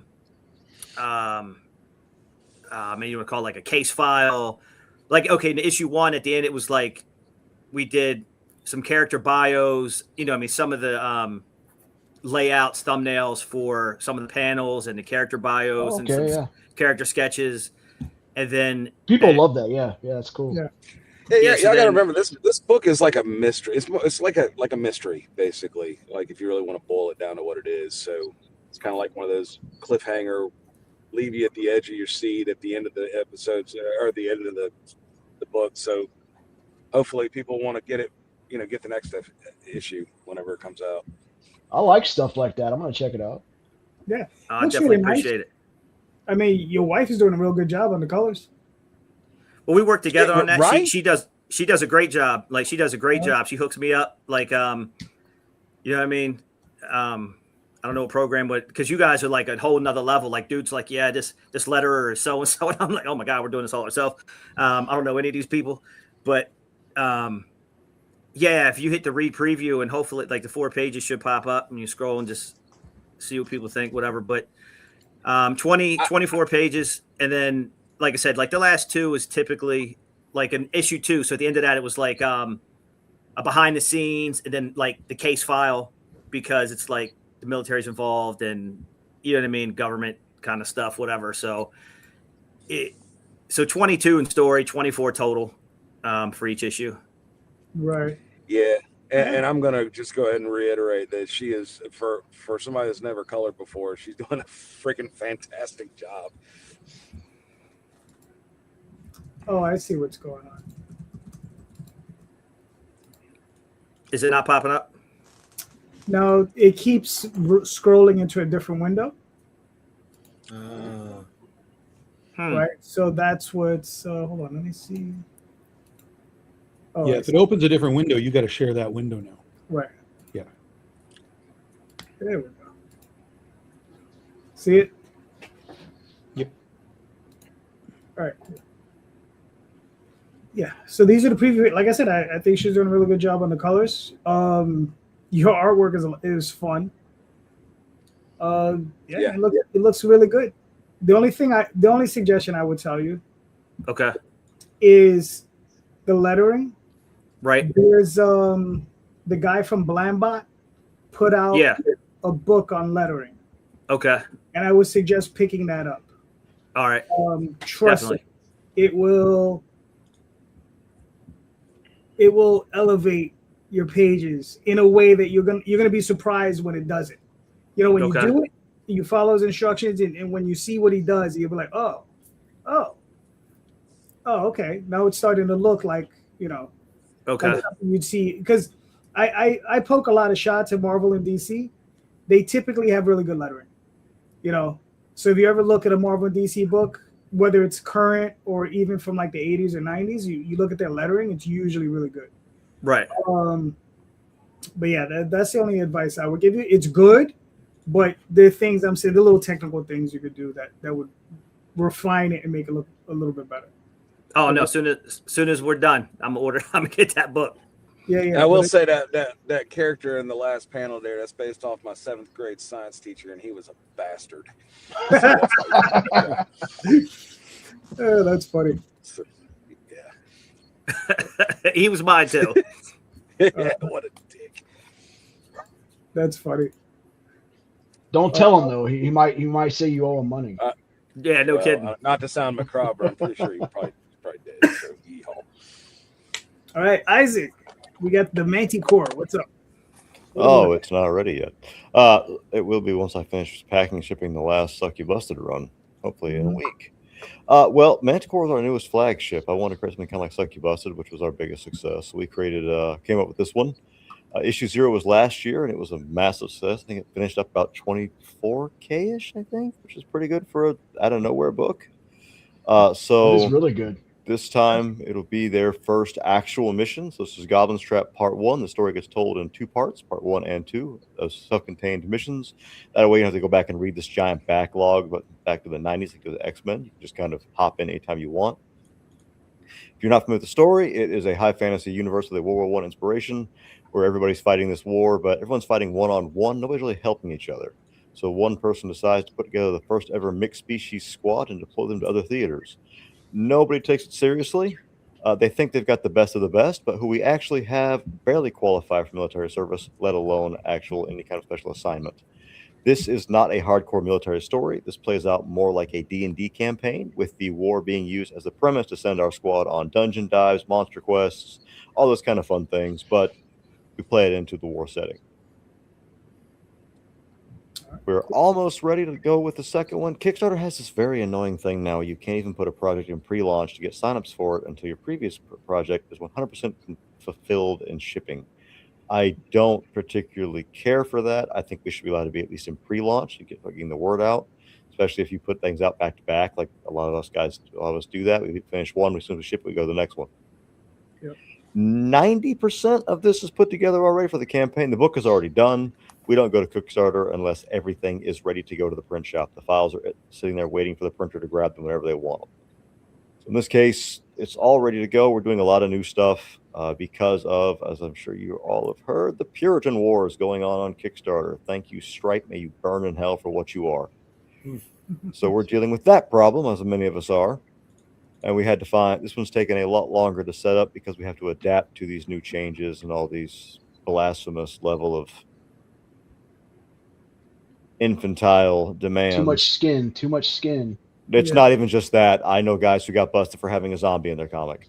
Oh yeah, Lori had an issue with too much with zombies and gore. Yeah, it's anything. Even mentioning horror can get you stopped now. It's if it at this point, I think Scooby-Doo wouldn't pass Stripe censors. I'm pretty sure My Little Pony actually would not pass their censors at all. I don't know what they want, but it's absurd. But we've talked to Kickstarter directly and found some ways to work with it and kind of do that. I have to put a disclaimer under that because someone's going to think that if they don't buy the book, he doesn't get fed. He does. Kickstarter does have a rule saying you can't do fundraising for like to feed for like a charity things like that. Which it's a cat. He's a charity case to begin with, but he eats regardless if the book gets funded or not. But this is the Goblin's Trap Part 1, so we show an actual picture of an actual goblin as proof that they exist. Doing a lot of new stuff with our add-ons this time that not up there yet, but we will have lenticular cards for every single cover. There'll be posters for every cover because posters have proven very popular. Posters and cards, people keep asking us for more and more of those. We did cut down on the number of variants we do. Not as many cut downs on that as I'd like. There's still more variant covers than I think I would have originally liked to have done. But end of the day, you wind up with some great artists that come to you saying, hey, I'll do this for this. Like, well, that's a really good deal and you're really good. Okay, I guess we're going to do this. Some of the books are not add-ons. JD, you're familiar with Cremisi. Cremisi's not even here as an add-on this time because that's the one that Stripe took the biggest issue with, despite the fact that it has absolutely nothing like what they claim it does. It's just a space western about alcoholism and PTSD, but apparently that's too real for them. This one actually is a little bit different for us. This has a new colorist she is brand new to us, Megan Kotke, who's actually from here in Jacksonville. First time I've ever actually recruited anybody from the city directly. So she's coloring this issue, drawn by Creus, my lead guy out of London. He's amazing. He gets better and better as time goes on, and he and I have worked really well together. For lettering, most of it this time was done by me, not entirely, but most of it. Akane did the first 14 pages, but she had to back off, so Prius took over. Luckily, it looks really good together. Very, very, very excited for this book. Manticore is kind of a new big passion project. So part 1 of that is this year. Part 2, which is already being completed, will be next year. And next year we also return with Suck You Busted in a new story for that called Suck You Busted 2 Dirty Angels. So hopefully that can compete with the previous issues of Suck You Busted success. Can it? I don't know because the Kickstarter market is now very weird. True. So when are you looking to launch, more or less? Likely going to be either late this month or early next month. So everything's ready. I got to do some final edits to the page. I don't have the video on there yet. I'm missing a few graphics and a few things I need to add to it. A few special items that my supplier got with me that we could do. But everything is ready to go. I just have to get it put together. Oh, JD, real quick, for you, scroll down a little bit for me. Because of Stripe, she's no longer in her underwear for our Screw AI image. Because we're concerned Stripe would get mad. So we had to put clothes on the succubus. So if you're mad about that, so are we. Gotcha. Very nice. Yeah, man. But the book, listen, man, you always put out a good looking book. Thank you. Looks a lot like a lot of fun. And, if it's the sort of thing you're into, 90s manga, anime, It's what I can say is, since we have to be careful what terms we use now. It's a seinen, not a shonen. Oh, We use right. that term since seinen's supposed to be for the older audience as opposed to shonen's for like high school level. Right. It's still going to be an ecchi, so you're still getting everything you like out of our work. You're still going to see things. This has some elf on goblin action. I'll let you figure out what that means. It's also one of our most violent books we've ever done, and it has, in my opinion, one of the best stories we've ever done. I guess my opinion might be a little biased on that regard. Hey, listen, it's your book. You can be biased. It's okay. Oh, the Jim was saying earlier, it's like when you first get your book, whenever a book, even now, I've been in comics now for over 11 years, doing Kickstarter for 11, 12 years now.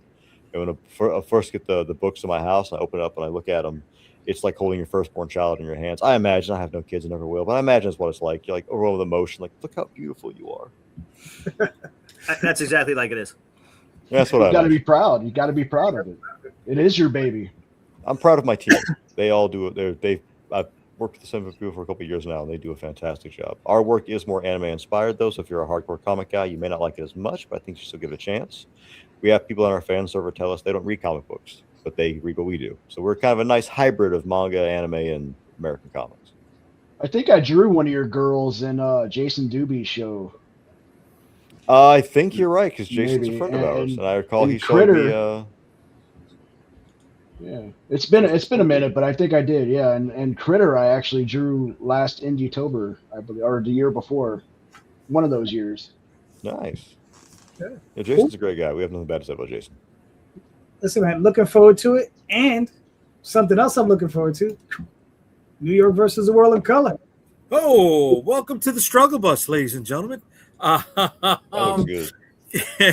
Yeah, it's funny. Isaac was mentioning all the trials and tribulations with zombie books, and guess what? I'm running right now, Kickstarter, ladies and gentlemen, a zombie book based in New York City. I've always had a chip on my shoulder when they said New Yorkers cannot survive the zombie apocalypse, and that's what I'm putting together over here. 15 years after the zombie apocalypse happened, New York City is allowing the doors to be opened up, and it is the safe haven for all of humanity left on Earth. But now they, how do you treat the people when they're just looking to save or protect their family, and you got another bunch of people who don't know who they are, and they're trying to save and protect their family? Wrap that up in a zombie package, and things are bound to explode. So if you like New Yorkers, you can check this book out and see us try to survive the zombie apocalypse. If you hate New Yorkers, you can pick this book up and watch us get eaten during the zombie apocalypse. I've got rewards for returning backers. I've got an honor tribute. Excuse me, we're paying tribute to championship basketball returning to New York City. So I've thrown a Knicks homage zombie cover and T-shirt into the mix for this. There we go. There we go. And then this book is also part of the independent comic book trading card crossover set. So the first stretch goal, if we can get to it, we'll have our zombie card part of it. Yeah, I got the stretch goals set up over here, but then I've got the other cards listed further on down on the bottom. We also got pins. So if anybody are pin collectors, we got that over here. This is the trading card set that I was talking about, and links to the other cards are available on the bottom for those campaigns that have finished but are still in late pledges. I believe after this there are 3 more card sets ready to go, and you get the whole kit and caboodle, and you get a nice little jam piece on the back when you pick up all of the cards. All right, cool. Does the comic contain zombie JD of either JD? And if not, why not? In this one, it does not have either JD. In the next one, it does have this JD, and in zombie form. Yeah. It is. This is. I'm sorry, you threw me off. The first one that's ever asked that, bro. This is fully remastered, fully colored. I did this book quite a while ago, and I did the lettering on it. I was very unskilled. My wife and I did the lettering on this one together, and you see there's a hell of a lot of improvements. You see what the original pages looked like in black and white. You see what they look like now in full color. 24 pages, and like Isaac, this is ready to go. We just need the money to print this bad boy up. All right. Very nice. It looks good. I really love the striking Statue of Liberty as a zombie. That sells it right there. She's become the icon of. She's become our crypt keeper. Yeah. Right. Yeah. She's her name is Betsy. Betsy Ross, but the Z. Yeah. JD, your 20-year-old viewers don't know who Crypt Keeper is. or Betsy Ross. Yeah. Betsy Ross is right. I know. See, I couldn't call her Libby or Lizzie. I had to go different. So she's Betsy.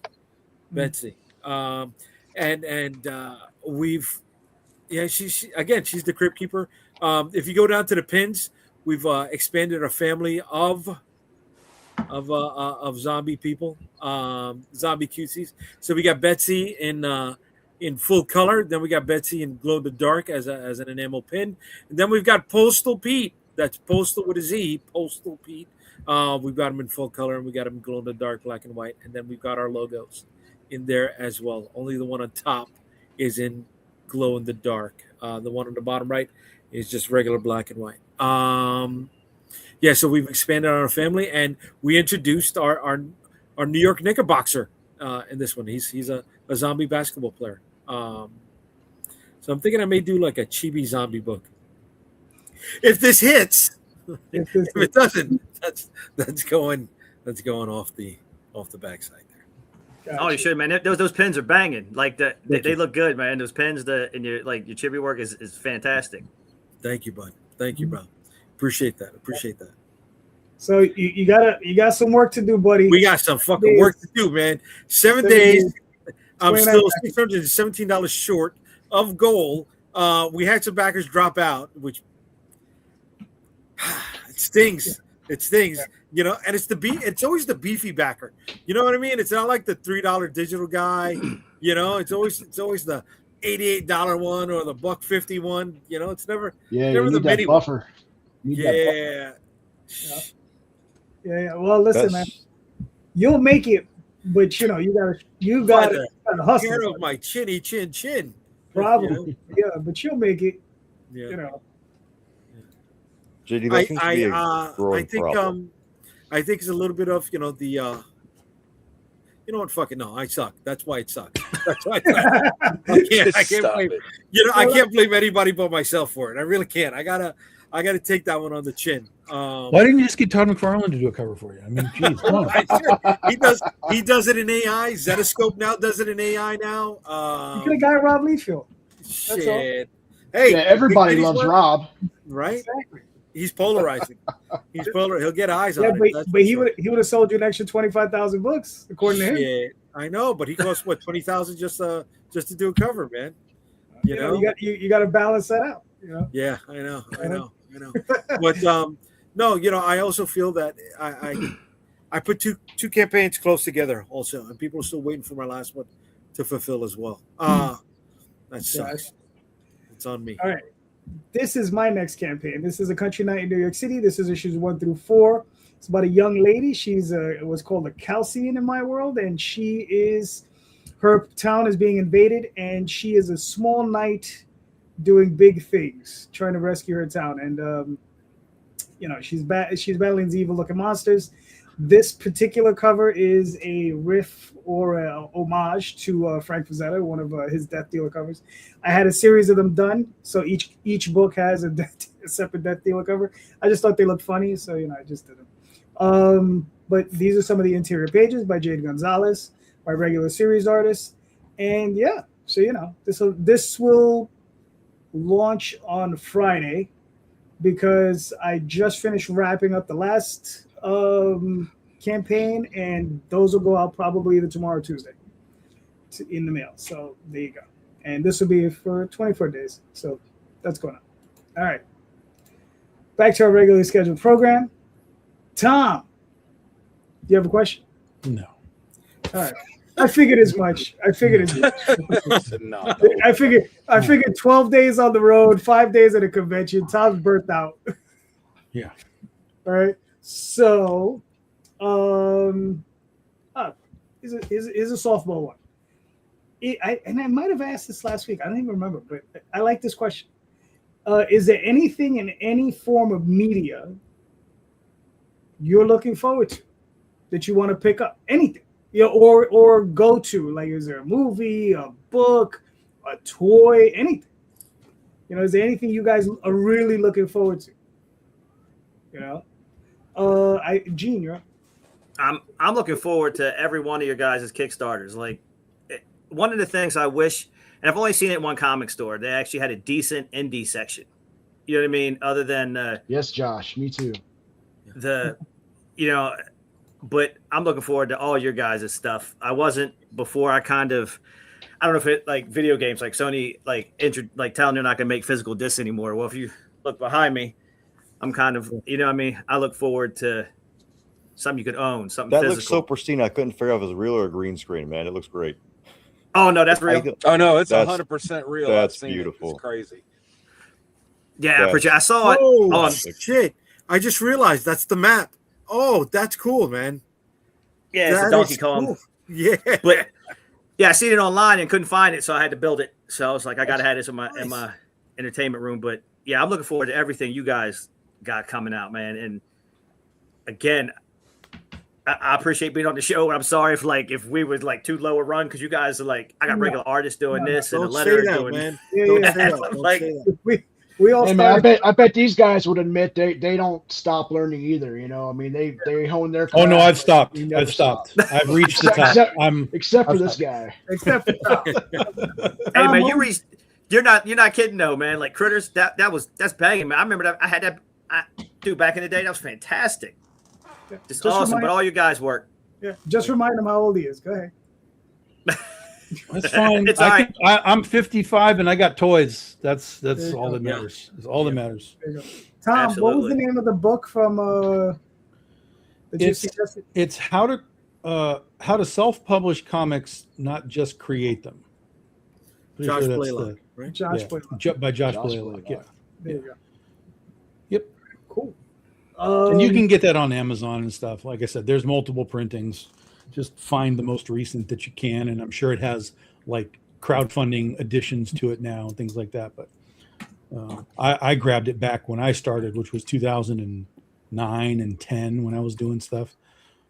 Even things like freaking barcodes, I hadn't even considered a barcode, and I was like, oh yeah, Jesus, I gotta do freaking barcodes because we were trying to get into, retail space. If you're not in retail space, barcode doesn't really matter. But if you're going to try and get into stores, barcodes help them because of all that point of sale stuff that they have at their stores. Yeah. Yep. It's always something. All right, Mike, what are your thoughts on the question? Yo. New media coming out. Is that what you're saying? No, I said, what are you looking for? Sorry. What are you looking forward to as far as something that's coming out, if anything? Oh man, dude, I gotta be honest with you, dude.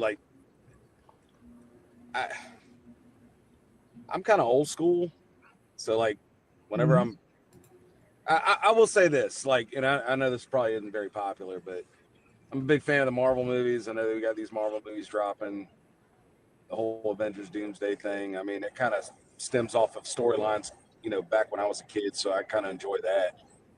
but for the most part, I'm kind of old school guy. Like I'm searching for concerts. Like Iron Maiden's coming to North Carolina. I'm thinking about going to that. You know what I'm saying? So like, yeah, I just No, I got you. yeah, That's cool. yeah, dude. Like that's kind of the stuff that I grew up on. Like I'm a big music guy, so like the newer music that's popping just doesn't really do it for me. So I kind of stick to what I know, and now that I'm getting older and things that I missed when I was a kid, I want to go see. Like never saw Carlos Santana, so I went and saw Carlos Santana for the first time. I mean, it was amazing. And as far as like newer stuff, just not a lot of new stuff that pops. That like I will say this: that movie Sinners was amazing. I don't know if y'all seen it, but the artistry and the cinematography in it was crazy. So I enjoyed that. But yeah, Spaceballs too. But yeah, sorry, I don't have a whole lot on it. I apologize. No, that's fine. I'm good with Spaceballs too. Rick Moranis coming back. I'm down with that. Anything 80s, yeah. Spaceballs too. I think Rick Moranis is 92 years old or something. This can be awesome. Yeah. Just to answer Garrick's question, go to blambot.com. He's the guy that developed the book. He also sells fonts, but it should be there. A link for it should somewhere be on that site. So blambot.com. So on that note, JD said. Right. Hey JD, on that note, real quick, getting that book, should I go back and change what I've already done in the lettering, or just implement it from here? What do you recommend? Change it. For that. Change it. Okay. Because then when you do the second one, it'll be consistent versus this is how we started and now we're doing a new way. Consistent. Right. All right. Yeah, I'm always revamping and remastering my older stuff, Yep. Yeah. They tell you sometimes, you have to abandon your art, but it's hard. So yeah, I would, like Tom said, just change it, but learn. Do issue 3, monkey around with it, and then go back. Then like, okay, and then you take a day here, do that one. Just keep. I just did some stuff to issue 1 of Books of Riot the other night. So I mean, you can't. It's been a while since I looked at it, and I went back, and I'm like, you know what? I'm gonna put this white because this is too colorful for me. So I went. I just doctored it up a little bit. So the people who get issue 1 that back both issue 1 and 2, they're gonna get. It's gonna look the same. Issue 1 and 2, they're gonna look more cohesive. Right. I got cool. When we did our 10-year anniversary for Penny for Your Soul, I relettered the entire book, 200 pages. Damn. We relettered the whole thing. Wow. So yeah, just to clean it up and find those bad 16 year ago poorly worded sentences, and so the whole thing was edited, remastered, relettered from page 1, and I cannot tell you how much happier I am looking at this book now. Right. All right. Cool. All right, Mr. Isaac, what are you looking forward to? So I'm really far behind on everything. So I work so much that I just haven't. I'm behind on anime, comics, manga, movies, you name it. I'm behind on it. So it doesn't have to be brand new for me to be looking forward to finally getting to it. If it's brand new, I'm not a 40K fan per se, but Total War 40K looks really good. My partner's big into it, so I'm going to play with them. That's always fun. Spending time with your partner playing video games is a very good, relaxing, sometimes infuriating, but mostly relaxing experience. I'm looking forward to. I'm going how far behind I am and everything. I'm looking forward to finishing Attack on Titan because I know it's been out forever, but I have not finished it yet, and I'm in now season 4, I think. So I'm getting there. One just dropped. I was looking forward to. I haven't seen it yet. I think it's The Cat and the Dragon. Dragon raised by cats. That sounds adorable. And as much as I make mostly explicit stories, I do like my wholesome, adorable things peppered in there to keep myself sane and grounded. Again, it just came out, but JD, have you seen it yet? The new Ghost in the Shell. I watched the first episode. Yeah. Because I was reading, it's actually more in line with the actual original manga, so I'm really excited to see that. Yeah, we're always used to seeing We're used to seeing Motoko always this very stalwart kind of cold individual, and I understand she's a lot more fiery and more emotional in the original writings of it. So, oh, that'll be a fun new way to see this story. So, yeah, I'm looking forward to her. Things have been out for a while, I haven't gotten to yet. Marvel movies, don't care. I'm done. I'm burned out on that by now, so I'm good. Wait, DC has the Arkham Knight animated films coming out. I'm looking forward to that. That'll be really cool. Their animated universe is always Nightfall, top notch. Yeah, thank you, Nightfall. Thank you. All right, cool. Spider-Man was good though. It was okay. Yeah, it was fine. It was fine. Jared.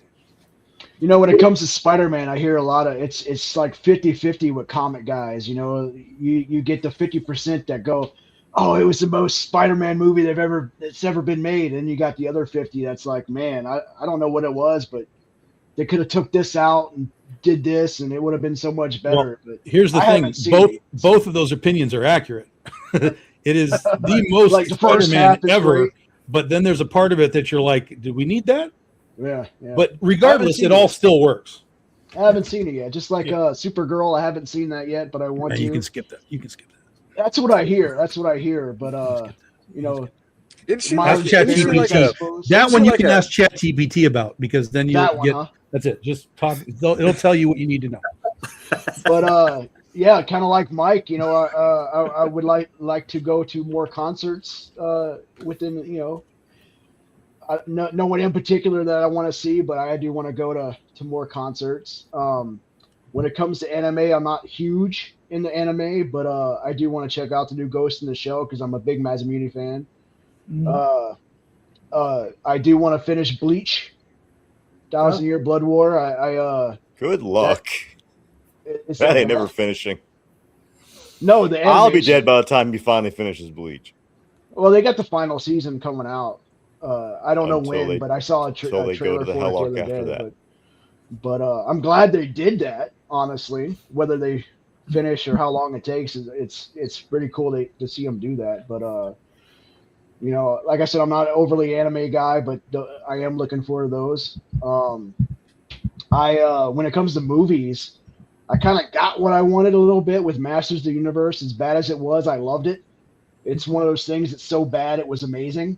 I think, and it was exactly the movie I wanted as a 7-year-old, instead of the Dolph Lundgren one. But maybe Highlander. See how Henry Cavill messes that up. I'm not a fan. He of won't be the problem of that. Talk to Batista. I'm not a fan of Batista as the Kurgan. Yeah, but being a fan, it's a guilty pleasure of mine. Is that first Highlander? I can watch it a million times a day and not get tired of it. So when it comes to comics, dude, I got a pile just piling up between Kickstarters, indie, even some of the bigger guys, you know. But it's mostly older shit, nothing new. I don't like really any of the newer stuff that either one do. Mm-hmm. Once in a blue moon, they have something that piques my interest, but it's only like maybe a year, and then it just goes bad. I'm not a fan of the absolute stuff, so I'm good on that. But Wonder Woman and Martian Manhunter was good. I can't lie about that. But that's it, in my opinion. Mileage varies, obviously, but yeah, you know, I just catching up, and really is what my media outlook is just catching up for the most part. All right, cool. Tom, you looking forward to anything?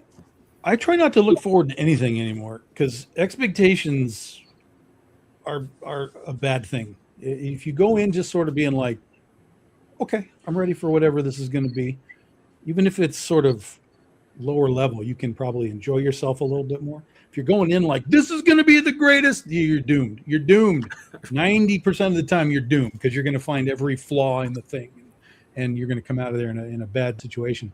But because of who I am looking forward to Godzilla Minus Zero in December. So that's something I am looking forward to. And then next year is Godzilla Kong Supernova, which I know is going to be utter nonsense. But after the last one, I sort of have the expectation of nonsense now. So I'll probably enjoy it a little more than I did the last movie. And as of right now, anyway, and it's a ways off, but I'm looking forward to Ghost Rider, the Ryan Gosling announcement, and the was it Sean Levy doing it? Like, yeah, I'm ready for that Ghost Rider. I'm ready for Marvel stuff to take a different direction.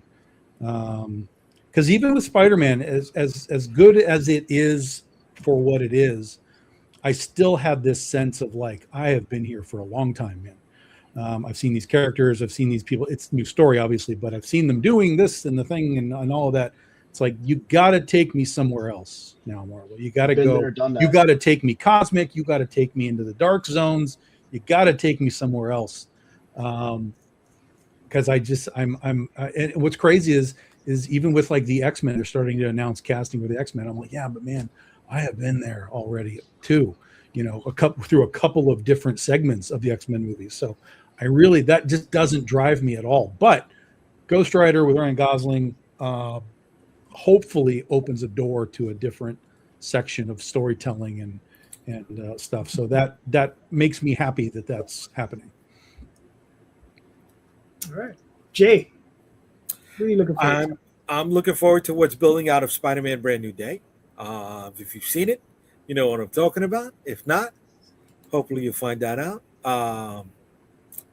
I am looking forward to Doomsday. I'm a Mark, guys. Come on, man. Fuck yeah, man.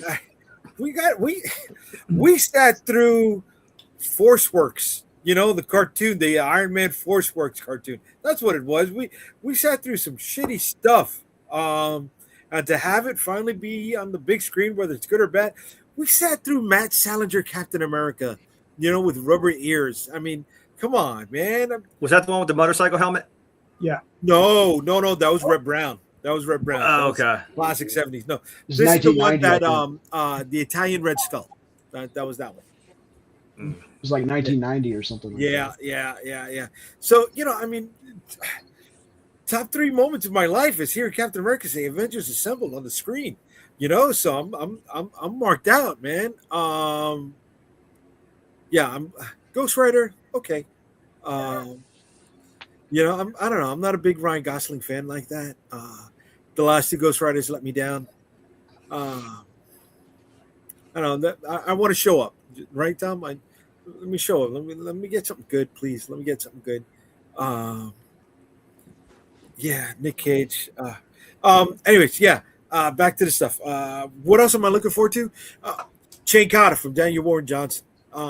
Chicks, space, chainsaws. Let's fucking go. You know, and I'm a Daniel Warren Johnson mark. You know, he's I am too. I can't lie. Yeah, man. He's got good stock with me. You know what I mean? Two Power Bomb is one of my favorite books. I want to say top 10 all time. How many comics have made me cry? But that one did. And then I'm looking forward to seeing the guys finish the work on the stuff that's coming out from me. Right? I can't wait to release the stuff, man. I see the pages coming in, and I'm like, I wish I could show everybody. Right. Gotta make it about you, huh? Gotta make it about you. Dude. It's that marketing thing. You gotta sell yourself. You gotta sell your That's right. ass. You know what I mean?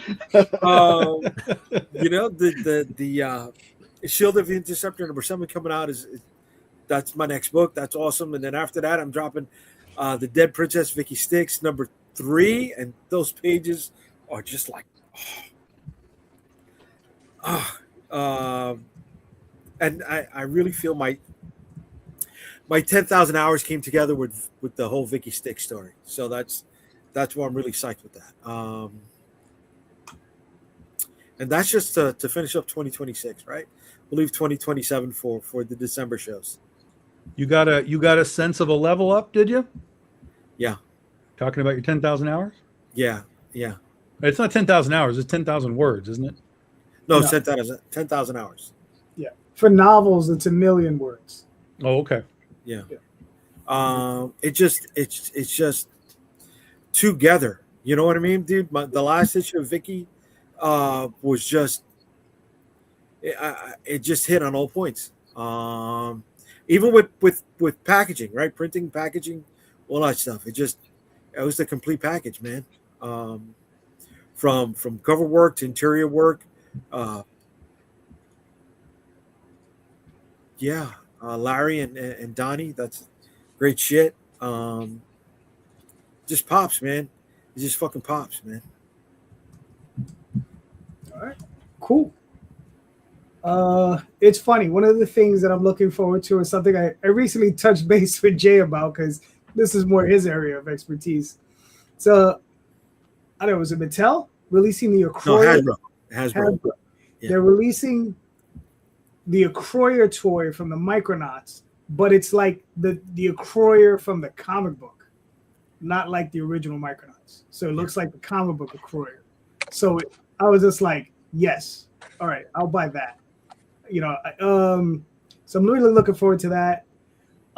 Dark Horse has been releasing the Return of the King toys, but the Rankin and Bass versions. So they're the Rankin and Bass designs. So they've already released. So they're releasing Gandalf. Gollum, yeah, I love that. Yeah, Gollum and what is it, Bilbo? I always get them confused. I always get Frodo and Bilbo confused. Bilbo it's Frodo in Return of the King. Okay, so it's Bilbo. So they already released Bilbo and Gollum. And then and what I do is I give these to Daphne as gifts, so she has to find a spot to display them.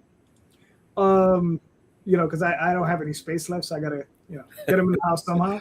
That's the thing, man. Space. I'm running out of it too. Yeah.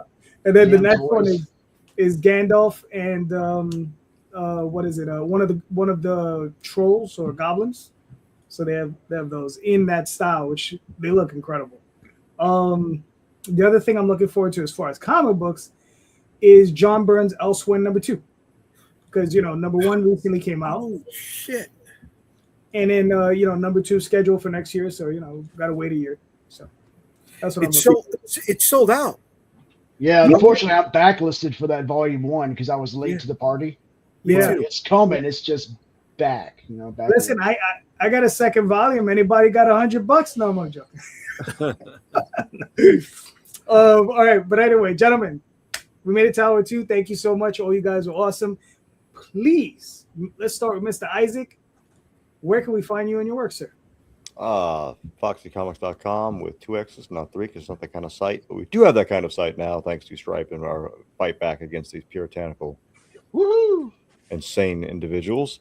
You can go to izumisden.big cartel to get all of our not safe for work variants, along with some things that Izumi herself is doing on her own that I am not directly involved with, that range from lewd to ultra lewd. So have fun with that. Also, Kickstarter, Astro Ticket Comics. That's the best place to find us and get our new releases. You are pretty much guaranteed to get freebies every time we do that. So come over, say hi, grab some comics. We also have a Discord server, which you can get that through, I think, our website. All right, cool. Jared, where can we find you and your work, sir? I am pretty much Jared Lockhart on any social media site. Instagram, it's Jared Lockhart, but the O is a 0 instead of an O because some asshole already took the name. But yeah, if you want to see more of my art, there's a Kara website that is a lot of my art on there. And more importantly, check out Kickstarter and Back Books of Riot #2.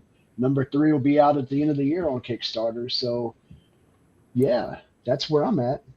All right, cool. Gene?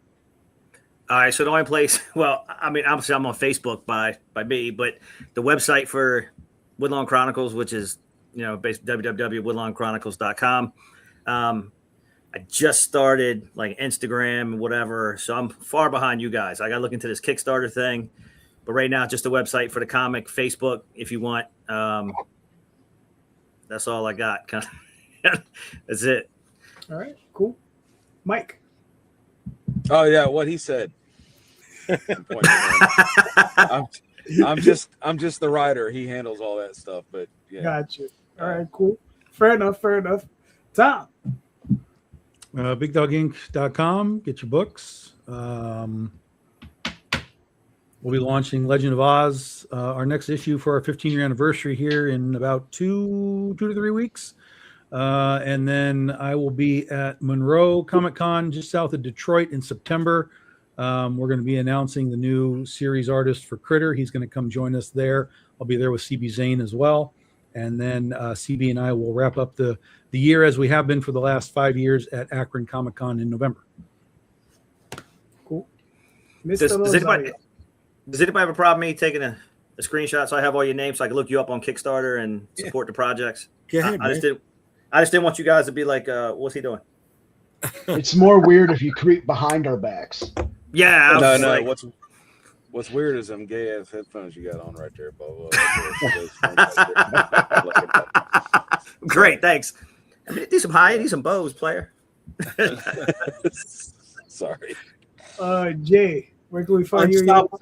UnstableComics.com. You'll find all my social media links on that website. October, New York Comic Con, booth 1971. And for the next 7 more days, New York versus the World, #1 on Kickstarter. Cool. Find me on Facebook. Friday nights. I'm sorry, Friday nights. Oh, yeah, you forget Friday Comic nights. Book Streamland with these guys here. All right, and if you guys want to come through, just give me a heads up. Yep. All right, cool.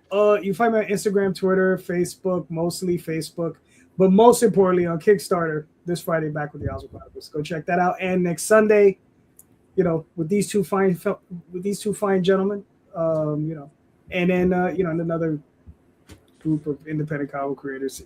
And just remember, everybody, please, all of these creators are doing great works. So please check out the show notes. In the show notes are links to all of their books and their websites. So please click on those links, buy those books. These creators, they're creating books from their heart. They love the work that they're doing. The work that they're doing is awesome. It's incredible. So go check it out and buy those indie comics. And just remember, everyone, read more indie comics, especially ours. Have a good night, everyone. Thank you so much. Good night. Peace. Good night, everybody. Bye-bye. There we go.